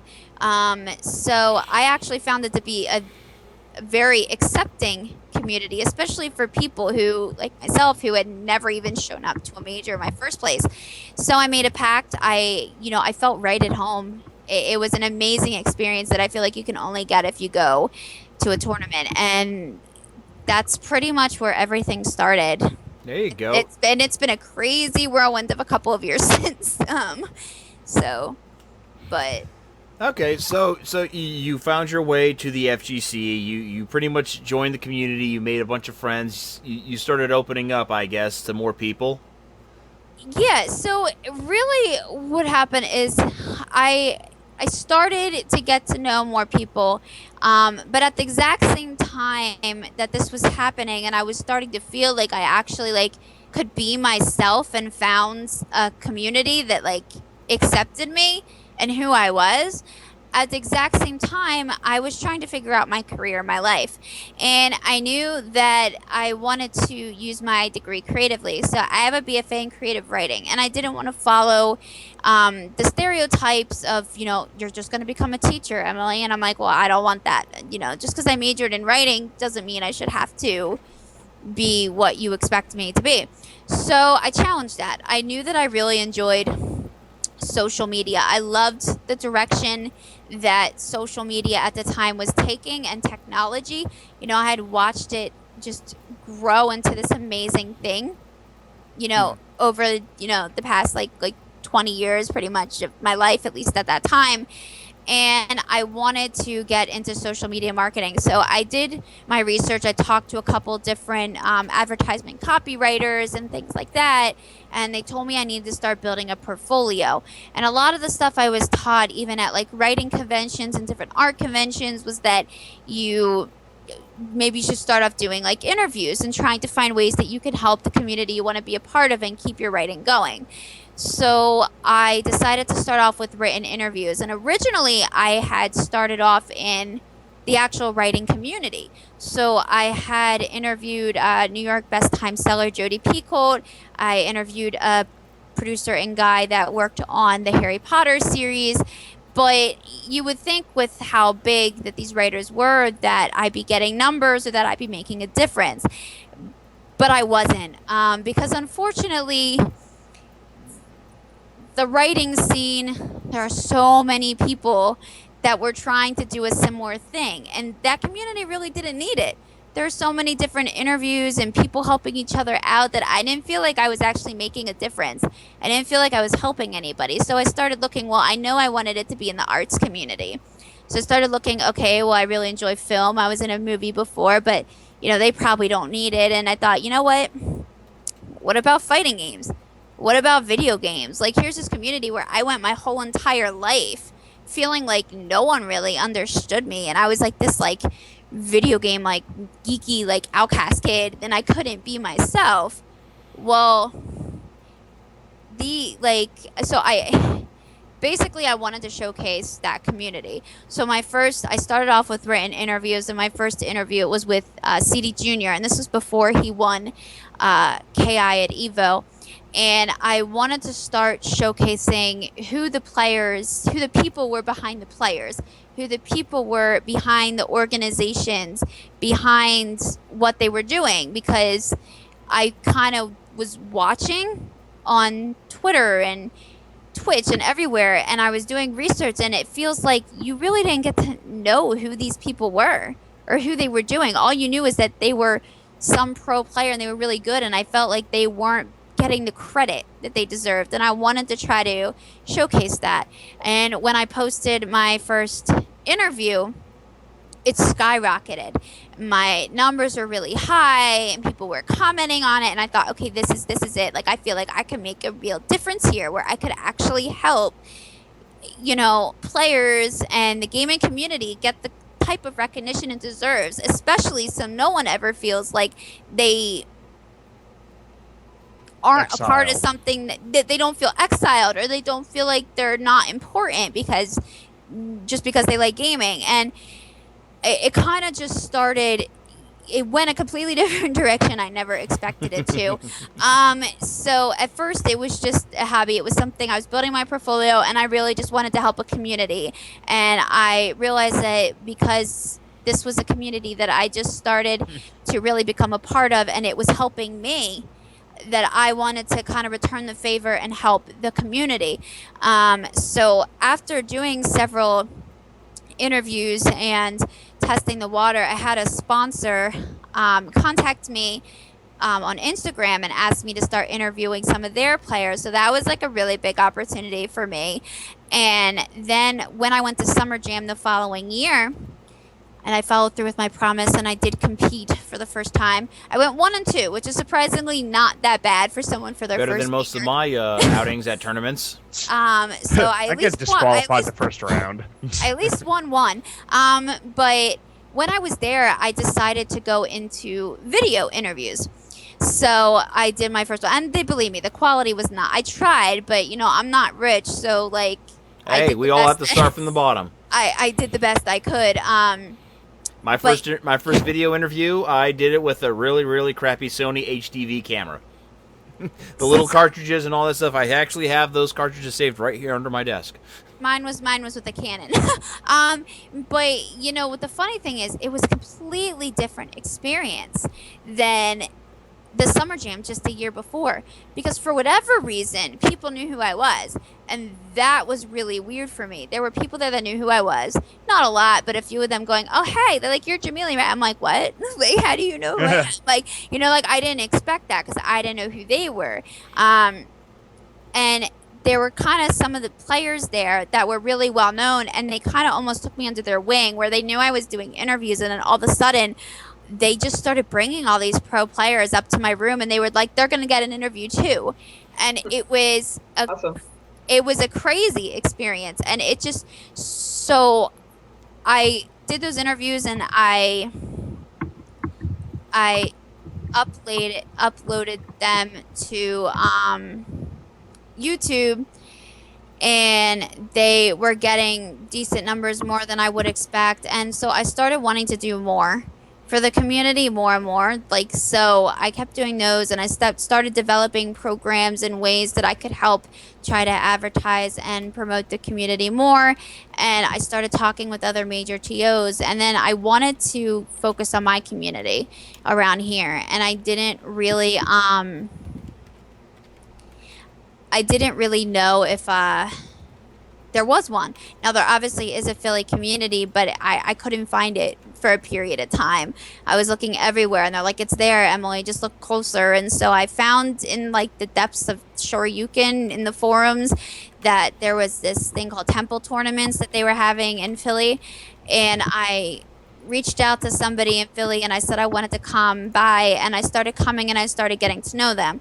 Now, obviously, when I'm coming in and I'm to a bunch of gamers and they don't know me and they've been around for a while, and I say, "Oh, I want to help you guys," they were very skeptical. So I wanted to try to earn their trust in a sense, and let them know that I really honestly was trying to help, and that I had done a lot of research, and I cared, and I was talking with a lot of different people at the time. And so someone suggested to me that I host a local tournament. So I spent almost 6 months planning that, and then I held my first tournament. And you know what? I was so afraid that no one was going to show up, and I had kind of put my soul into it and kind of made it almost like this mini major in a sense. I got trophies and medals made, and I had snacks there and drinks, and it was supposed to be live stream, but there was an internet issue, so it ended up doing local record. And I just kind of went out of my way to make it like this great event. And all in all, I think I had like 65 people show up for the first tournament I ever ran. That's not bad for a first tournament. No, and I was completely shocked. And other than the internet issue, it surprisingly went really well. So then I started a player spotlight program, and I started working more on promoting other organizations, and they started contacting me saying, "Hey, can you do shout outs for me, and can you do this?" All this time I was still doing interviews and video interviews at the majors I was going to. And then I wanted to start going into live stream, which I started last year. And I also held another tournament in August of last summer called Combo Mania, which brought out a little over 70 people. That one was live streamed. But it was soon after this that things took an even different turn. So people started asking me for help to work on events, mostly in regards to social media marketing, and they needed somebody to help with that. So I think soon after Combo Mania, I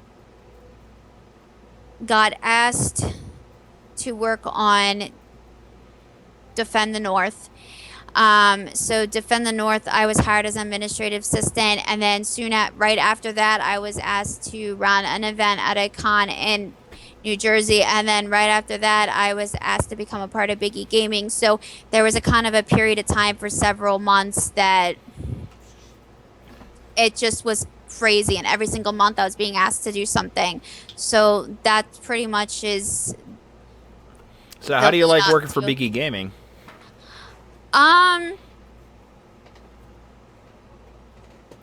You know, I actually really enjoy it a lot. So there's a lot that's going on behind the scenes, and you know, it's just finally, so like in the very beginning when I was hired, it was, you know, difficult because there was so much going on, and it was right before NEC. So there wasn't a lot I could do until then. So really in the last couple of months since Winter Brawl, right before Winter Brawl and after Winter Brawl, I've been doing majority of the work, but I enjoy it a lot. I have a lot of ideas and a lot of plans that I've been working on to try to help Biggie Gaming and the East Coast fighting game community head in the right direction. So that's kind of been my focus on implementing new tactics for media, for marketing. So all the social networking sites, there's a lot more coming with that. Working on partnerships and sponsorships and kind of uniting the scenes and giving more opportunities. Uh-oh, I lost everyone's video. I was about to say, Yeah, video. the video. Oh, well, I can still hear you. Yeah, well, we'll just go ahead and keep talking. I mean, it's just a minor thing. Hey, it's Keith. I can see his face again. Hi. But anyway, so you're working with Biggie Gaming and pretty much. Yeah, I mean, a lot of my focus is just on right now. There's a lot of different things that need to be implemented and directions that we're going. It's a rapid growth, so we need to make sure that we do it properly. Mm-hmm. So you will be seeing more and more big things and programs and websites and social media stuff being released over the course of the next couple of months. I just can't speak a lot on what actually will be happening, but you know, I am working very hard. I work maybe outside of my 40-hour week job. I pretty much, this has become my second job. So All right, go ahead and press your camera button, guys, just to reactivate. I accept. There we go. It eventually happened. Anyway, so moving on. Did you want to share some of your other experiences in the FGC? Like, I know I kind of was under the assumption you went to Combo Breaker, but you didn't. You went to a local tournament, so tell us about that. yeah, well, I was playing Street Fighter 5. I was competing in that for a period of time, and then, as I mentioned before, I was having some character crisis issues because none of my mains were in the game, and then I started getting back into it again once I found the main, Vega. So I went to a local tournament, and I decided to give competing a try in Street Fighter 5 again. It did a little commentary on Street Fighter 5, and I like to support my local scene. I'm trying to support and help promote events that are more in like suburban areas that aren't in city areas, just so that there can be growth all around, and giving other players opportunities that might not be actually aware of the major tournaments going on, and they find out a lot of the times through like the local smaller events that there even is a community. So then we can get them added to those groups, and we can help them interconnect with other players. All right, that's great. Thank you so much for that in-depth interview. I actually haven't had that much fun not asking questions since I got to interview Al Lowe a couple years ago. Mark can probably divulge on how much that guy... Oh, Mark, you still around? Yeah, I'm just on mute. Oh, okay, you were just muting. Okay, holding your tongue. So, you're probably got you go into any more tournaments aside from probably Evo, helping out with Summer Jam, helping out with NEC? Anything else you got planned on the horizon for the year? Yeah. Well, I'm gonna be at CEO next month just because I'm gonna be on vacation in Florida for a week and a half during that time. I'm gonna be going to that event as well as Summer Jam, and there are a few events that Biggie Gaming is associated with that he's running the fighting games for that I'm working on. So I'm also gonna be at those. Obviously, I'm gonna be at NEC. And I'm going to try to throw another major show in there. I was planning on going to Evo, but unfortunately, Not in the cards this time, right? I have a hotel room, but money can be a pain sometimes. It's not the most. It's not the cheapest of tournaments to go to in the fiscal year, to be truthfully honest. Especially the fact that it's held in Vegas every year. Not in regards to the esports transition either. No. Yeah, and so you're going to be at the Too Many Games convention because there will be a Biggie event held there as well. I won't be there. I'll be in Florida that week, unfortunately, and that was already in the cards before I even found out that we were going to be working Too Many Games. Okay. Well, thank you so much for the interview. Hopefully I'll run into you at Summer Jam, most likely. Yeah, I'll be there. You know what? I know I gave a lot of information, but I mean... You know. But, I mean, there's a lot of information to be told. So, absolutely. Especially for a small niche community like the FGC. Yep. Sorry, I didn't mean to cut you off. I'm very sorry about that. No, you're fine. Believe me, I'm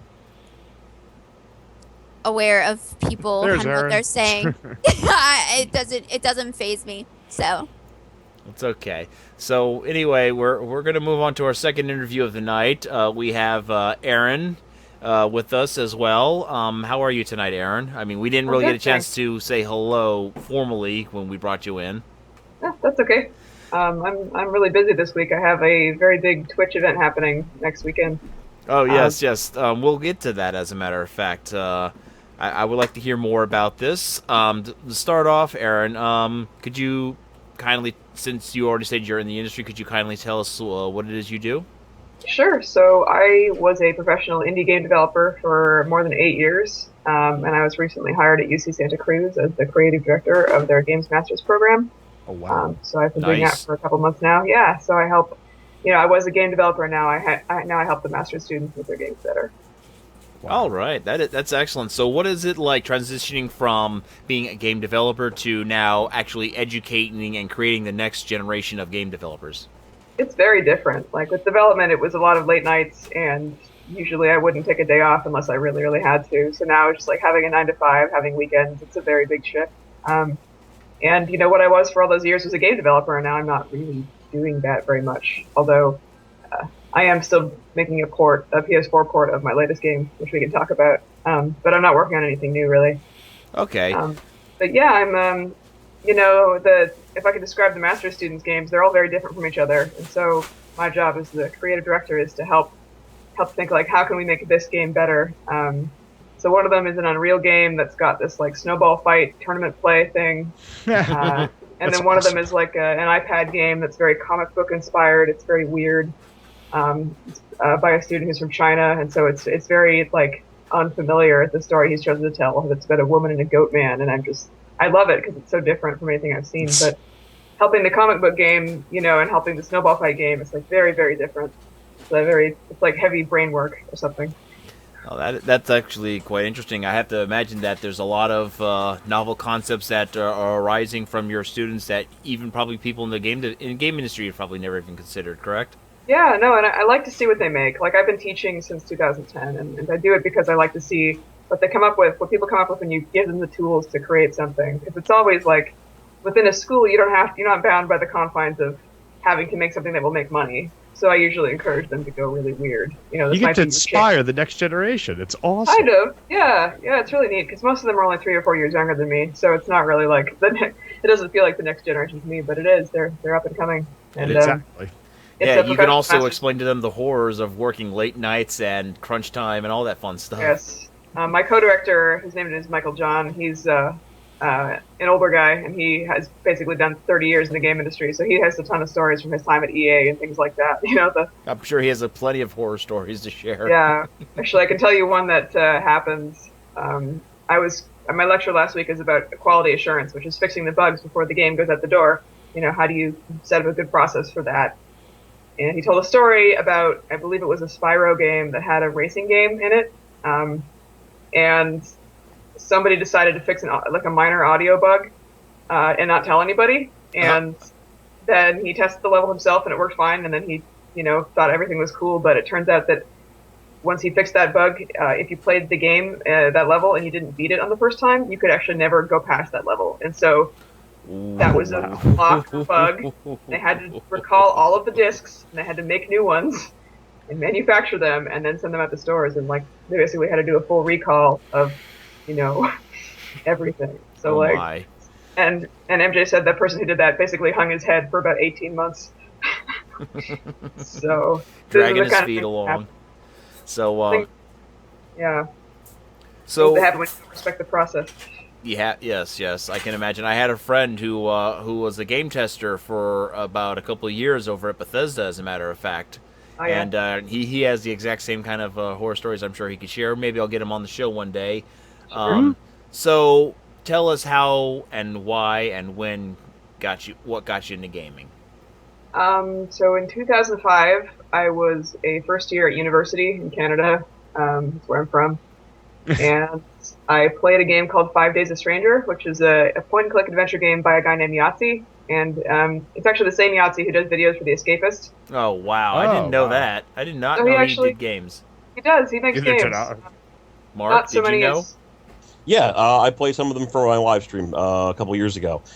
He has 4 games that are part of what's called the Chisholm ethos that is sort of started off as slasher horror and then turned into kind of a Cthulhu-inspired thing, which he himself has basically admitted is because when he made the first 2 games, he was really into Jason, and then when he made the next 2, he was really into Eternal Darkness. That's interesting. Wow. I didn't know that. Yeah, so that was one of my direct inspirations. And he used a program called Adventure Game Studio, and I found out, A, that the program was free, and B, that they had an internet forum. So I showed up there, and I started posting my art. I said, anybody want to make a game with me? And I found some people, and then I released my first game about 9 months later. It was called Spooks. It's about a little dead girl at a carnival who wins a live goldfish as a prize and has to figure out how to rescue it. And that was so much fun. I just released it for free, and we didn't even call them indie games back then. We called them freeware, because we just released them for free. And well, you got to build up an audience for your game's future properties, correct? Basically, yeah. And I wasn't thinking of it in those terms. I actually never thought it would be my job.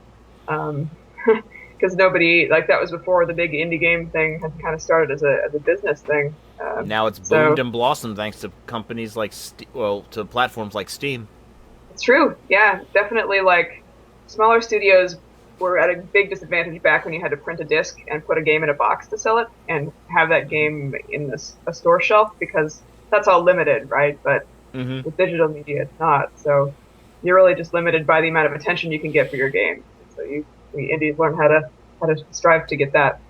So, actually, now that you talk about, striving to get attention for your games, what were some of the struggles you've had with any of the games that you've had to produce? So my first commercial game was called Puzzlebots, and that came out in 2010. I believe that year there were about 86 indie games total that came out on Steam. But 5 years later, when Gravity Ghost came out, there were more than 4,000 indie games total on the platform.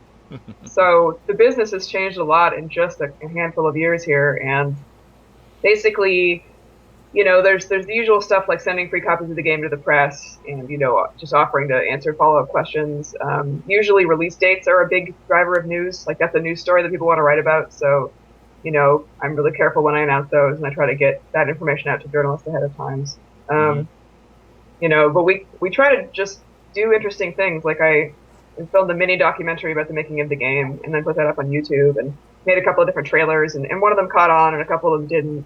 So it's kind of like throwing darts at a dartboard and seeing what happens, because you can't really predict and you can't really plan. You can only just try a bunch of things. All right, so Gravity Ghost, can you tell us a little bit about that? That is the most recent game that you've released. Came out last year, right? Yep, last year. So it's a physics-based game in outer space where you're a little ghost girl jumping and running and orbiting around planets, and it's a peaceful game, so there's no killing and no dying. And in each level, you basically have to collect a star, and then that lets you open the door and go to the next level. And it's got actually a whole story. You get to find out, since she's a ghost, like what happened when she was alive, and it's kind of a mystery. I haven't really said much about the story, like in any of the marketing materials. Like part of the game is that you have to put the story together yourself. But basically, she's looking for her friend the ghost fox, and they were friends when they were alive. So something bad happened, basically, that you're trying to sleuth out what happened. I watched the trailer for it. And I thought it was pretty awesome. I was actually like, it kind of reminded me of that one game that was on PS4 a little bit. Forget the name off the top of my head, where you played as the koi fish and the phoenix, and you turned into the phoenix. Oh, I don't know that one. That sounds cool. I forget what the name is. I'll message it to you later if I think about it off the top of my head. But it kind of reminds me of that. It's really, really cool, I have to say. I can't wait for it to actually download and play it on my PC now. Thank you. Thank you. So now going ahead into gaming, what would you say were some of the? I mean, did you play games at all before you? When you were in college or anything like that beforehand? Yeah, so I loved games when I was growing up. I grew up on shareware games, We actually, and this sets me apart from a lot of my developer friends, but we weren't allowed to have consoles at my house. My mom thought that they would distract us from our homework, perhaps rightly so. So I only ever played on PC, and so I played a lot of shareware games that most people haven't heard of, like Biomenace and Monster Bash and Catacomb Abyss, which was a Doom knockoff. Would it be weird if I actually said that I have heard of those? Really? Yeah. Oh, wow. My dad used to get like a whole bunch of those computer gaming magazines back in the 90s, and they would always come with like a demo disc and some shareware games and stuff like that. Yep. And that's how he also got this disc, I forget, it's probably somewhere around here. I kept it. It's got like maybe 30 games on there. They're full games, and I think Biomenace is on there. Oh, wow. Okay. Yeah, my dad would get them from work. I never knew where they came from. I think people would actually, copy floppy disks and give them to each other. I think that's how he came to have all of these games. Well, they used to put them on like pegboards, from what I gather, like the home brews. Like you would actually you would make the game. You would go to like this giant corkboard on like campus and like just put like a tack onto it, and then usually people would give you like $1 or whatnot, and you would just like make multiple copies of it, from what I gather. Yeah, my dad used to do something back in the day when the Commodore Amiga was still big, and we were living in Germany, so what they would do is they would have kind of like a swap meet where everybody would show up in like in a rented room, all their Amigas, and everyone would just give discs back and forth, and they would copy the data on the discs and stuff like that. And that's kind of how we got around getting some of our games. I guess that's the early forms of piracy back then. That's old school BitTorrent. Yeah, that's old school BitTorrent. Yeah, I remember that's how I got introduced to a whole bunch of different games. Like that's where I was introduced, like the Eye of Beholder series and stuff like that, Shadow of the Beast, all that. So what games do you think has influenced you the most to become a game developer? Definitely King's Quest VII. So that was the one that came out in '94, I believe, and it's about Princess Valenice and now that's I'm sorry to interrupt. That's the one that was that looked like it was animated, right? Like yeah. Cartoon? So it's Princess Rosella and her mother, Queen Valenice, and you actually can play as both of them. So I don't think there's ever been a game to this day still where you can play as a main character and their mom. But just I think the fact that it was two female characters and it was this very like Disney-like, fantasy-like setting that made me think, games don't have to be about, dudes with guns. Like, I thought that's what a video game was, right? I had no reason to not think that's what all video games had to be about. And then here came this one when I was in about the 4th grade. And I was like, oh, you could really make a game about anything. And that kind of opened my eyes to the idea that you could actually do this. And I started drawing pictures of like, well, here's what I would make if I would make a game. But I didn't actually end up doing that until my first year at college, because we just didn't have a way to do it. There wasn't like learn to code for kids or anything like that. Infrastructure didn't really exist yet, so that dream kind of ended up on the back burner for a lot of years. It was always there. didn't just go to your local bookstore and buy a book on how to program in C or anything like that? I remember poking around and looking at books about Java, and I even took Java when I was in school, and I was like, this is not going to help me make a game. Like it's hard because like that stuff's so dry, and it's like I would have a very clear image in my mind of the game I wanted to make, and then just like this dry textbook did not provide a direct link between these concepts and this thing I very specifically wanted to make. So anyway, it took me a lot of years to learn to code, but I finally got there myself. That's good anyway. Okay, so there's that thing you were talking about that's going on this weekend. Would you please tell us about it? Sure. So first of all, I invite you to follow the Twitch channel, but it's called Beat the Dev. Basically, streamers try to beat game developers at their own games for the Sierra Club. It's to benefit this really cool environmental organization that I totally support. So we just started it last year, and I thought, it's like, gosh, I really wish I could do something good for the environment. Well, who do I know? Oh, I know a lot of game developers. I bet it would be cool to like put them on a stream and then have them be able to like talk to their fans and stuff. So last time we had a lot of really cool games. We had, Anthony Birch, who is the writer on Borderlands 2. We had Super Meat Boy. We had Tommy Reffinez, who's the programmer of Super Meat Boy, and then against a streamer called Rockley Smile, who was actually a speedrunner. So we got to see like a really good speedrun of Super Meat Boy, which is just like watching somebody do a painting. It's like a beautiful thing. And then we had Octodad, and he was playing the Phil Tibetowski, the developer's playing against a speedrunner, and her name is Miss Cattykins, and she actually played the game through twice in the hour because she could speedrun it so fast. She just like clapped him. Speedrunners. I don't see how I could possibly speedrun a game like, let's say, Child of Eden, which is on the list of your games this weekend, correct? Correct. Yes, you don't have to be a speedrunner. Usually it's just you decide on a victory condition that can be met in 1 hour, because some of the games are quite long. Actually, I haven't announced it yet, but we have Fallout 4 this year, so I'm pretty stoked about that. Yeah, so we're thinking for that one, the victory condition will be like a scavenger hunt that the chat comes up with, and if you just get a point for each thing that you're able to find that's on the list. So yes, that actually sounds like fun. Cool. Yeah, so it's all just it's like a very friendly competition. It's pretty unserious, but we have a really good time. And last time we raised more than $5,000, which was pretty exciting for me because I didn't really announce it at all. I just put it on my Twitter. We didn't do like the press. And yeah, so this time we're hoping to raise a bit more than that. So now, going forward with this, how often do you do a stream, a Beat the Dev stream? We're hoping to do it twice a year. So this is our second one. So the next one would hopefully be up around Christmas again.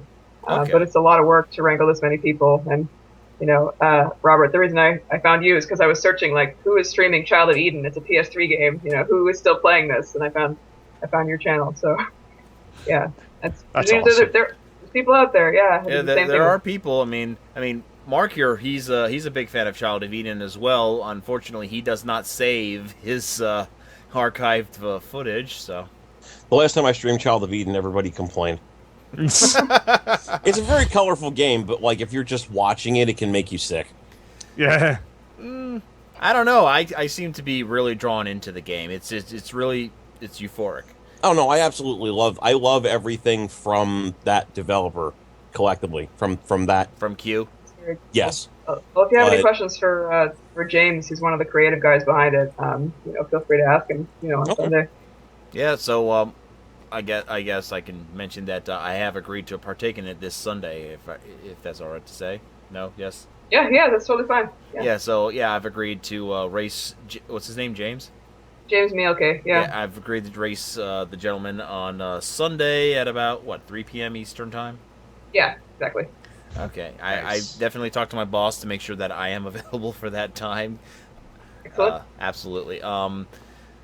So I actually did watch some of the last stream. Like I saw the one with the Hyperlight, or why does the whole name of that game just always keep escaping me? Hyperlight Drifter. Hyperlight Drifter.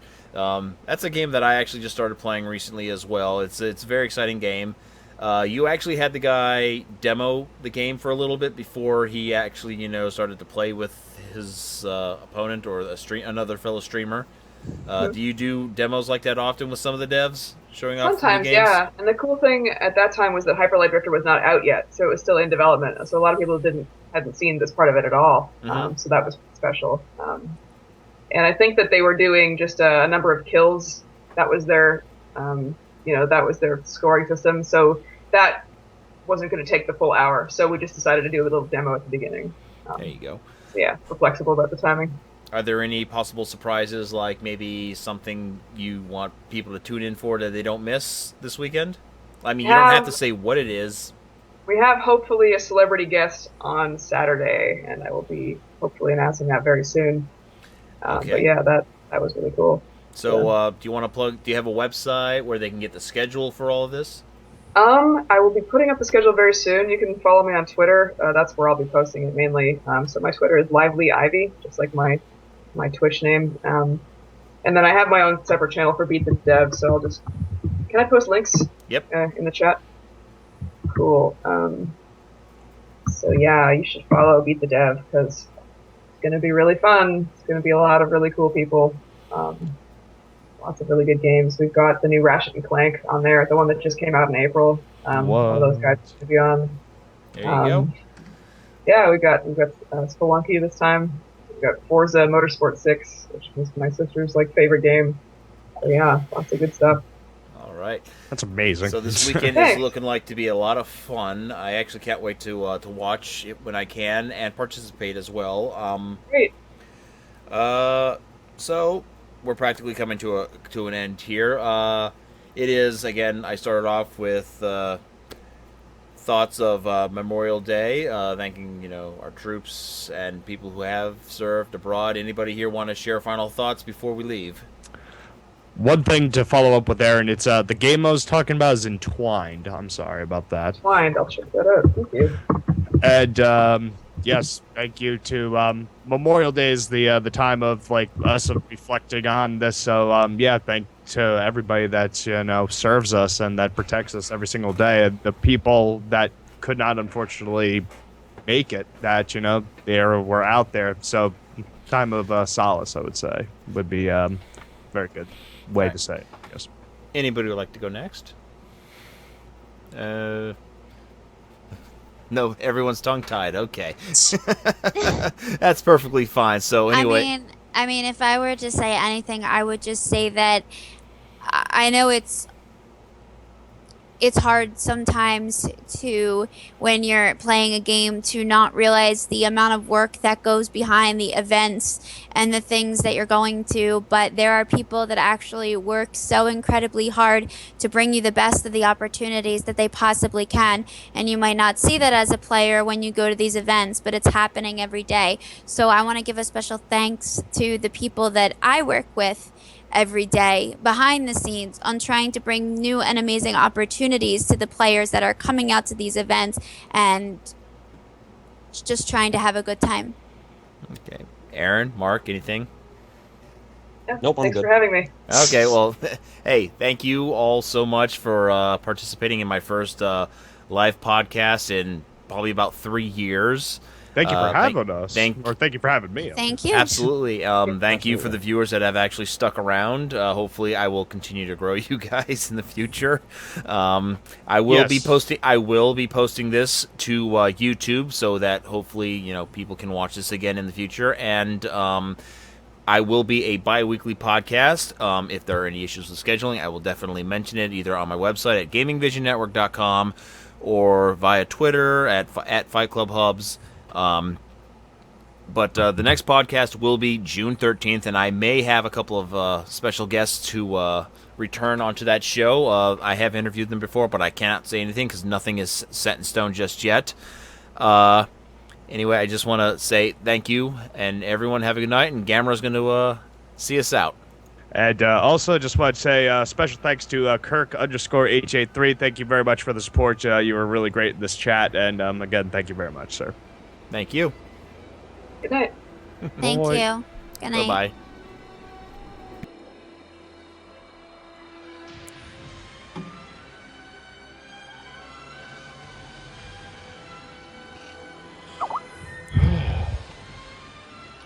Are we still streaming?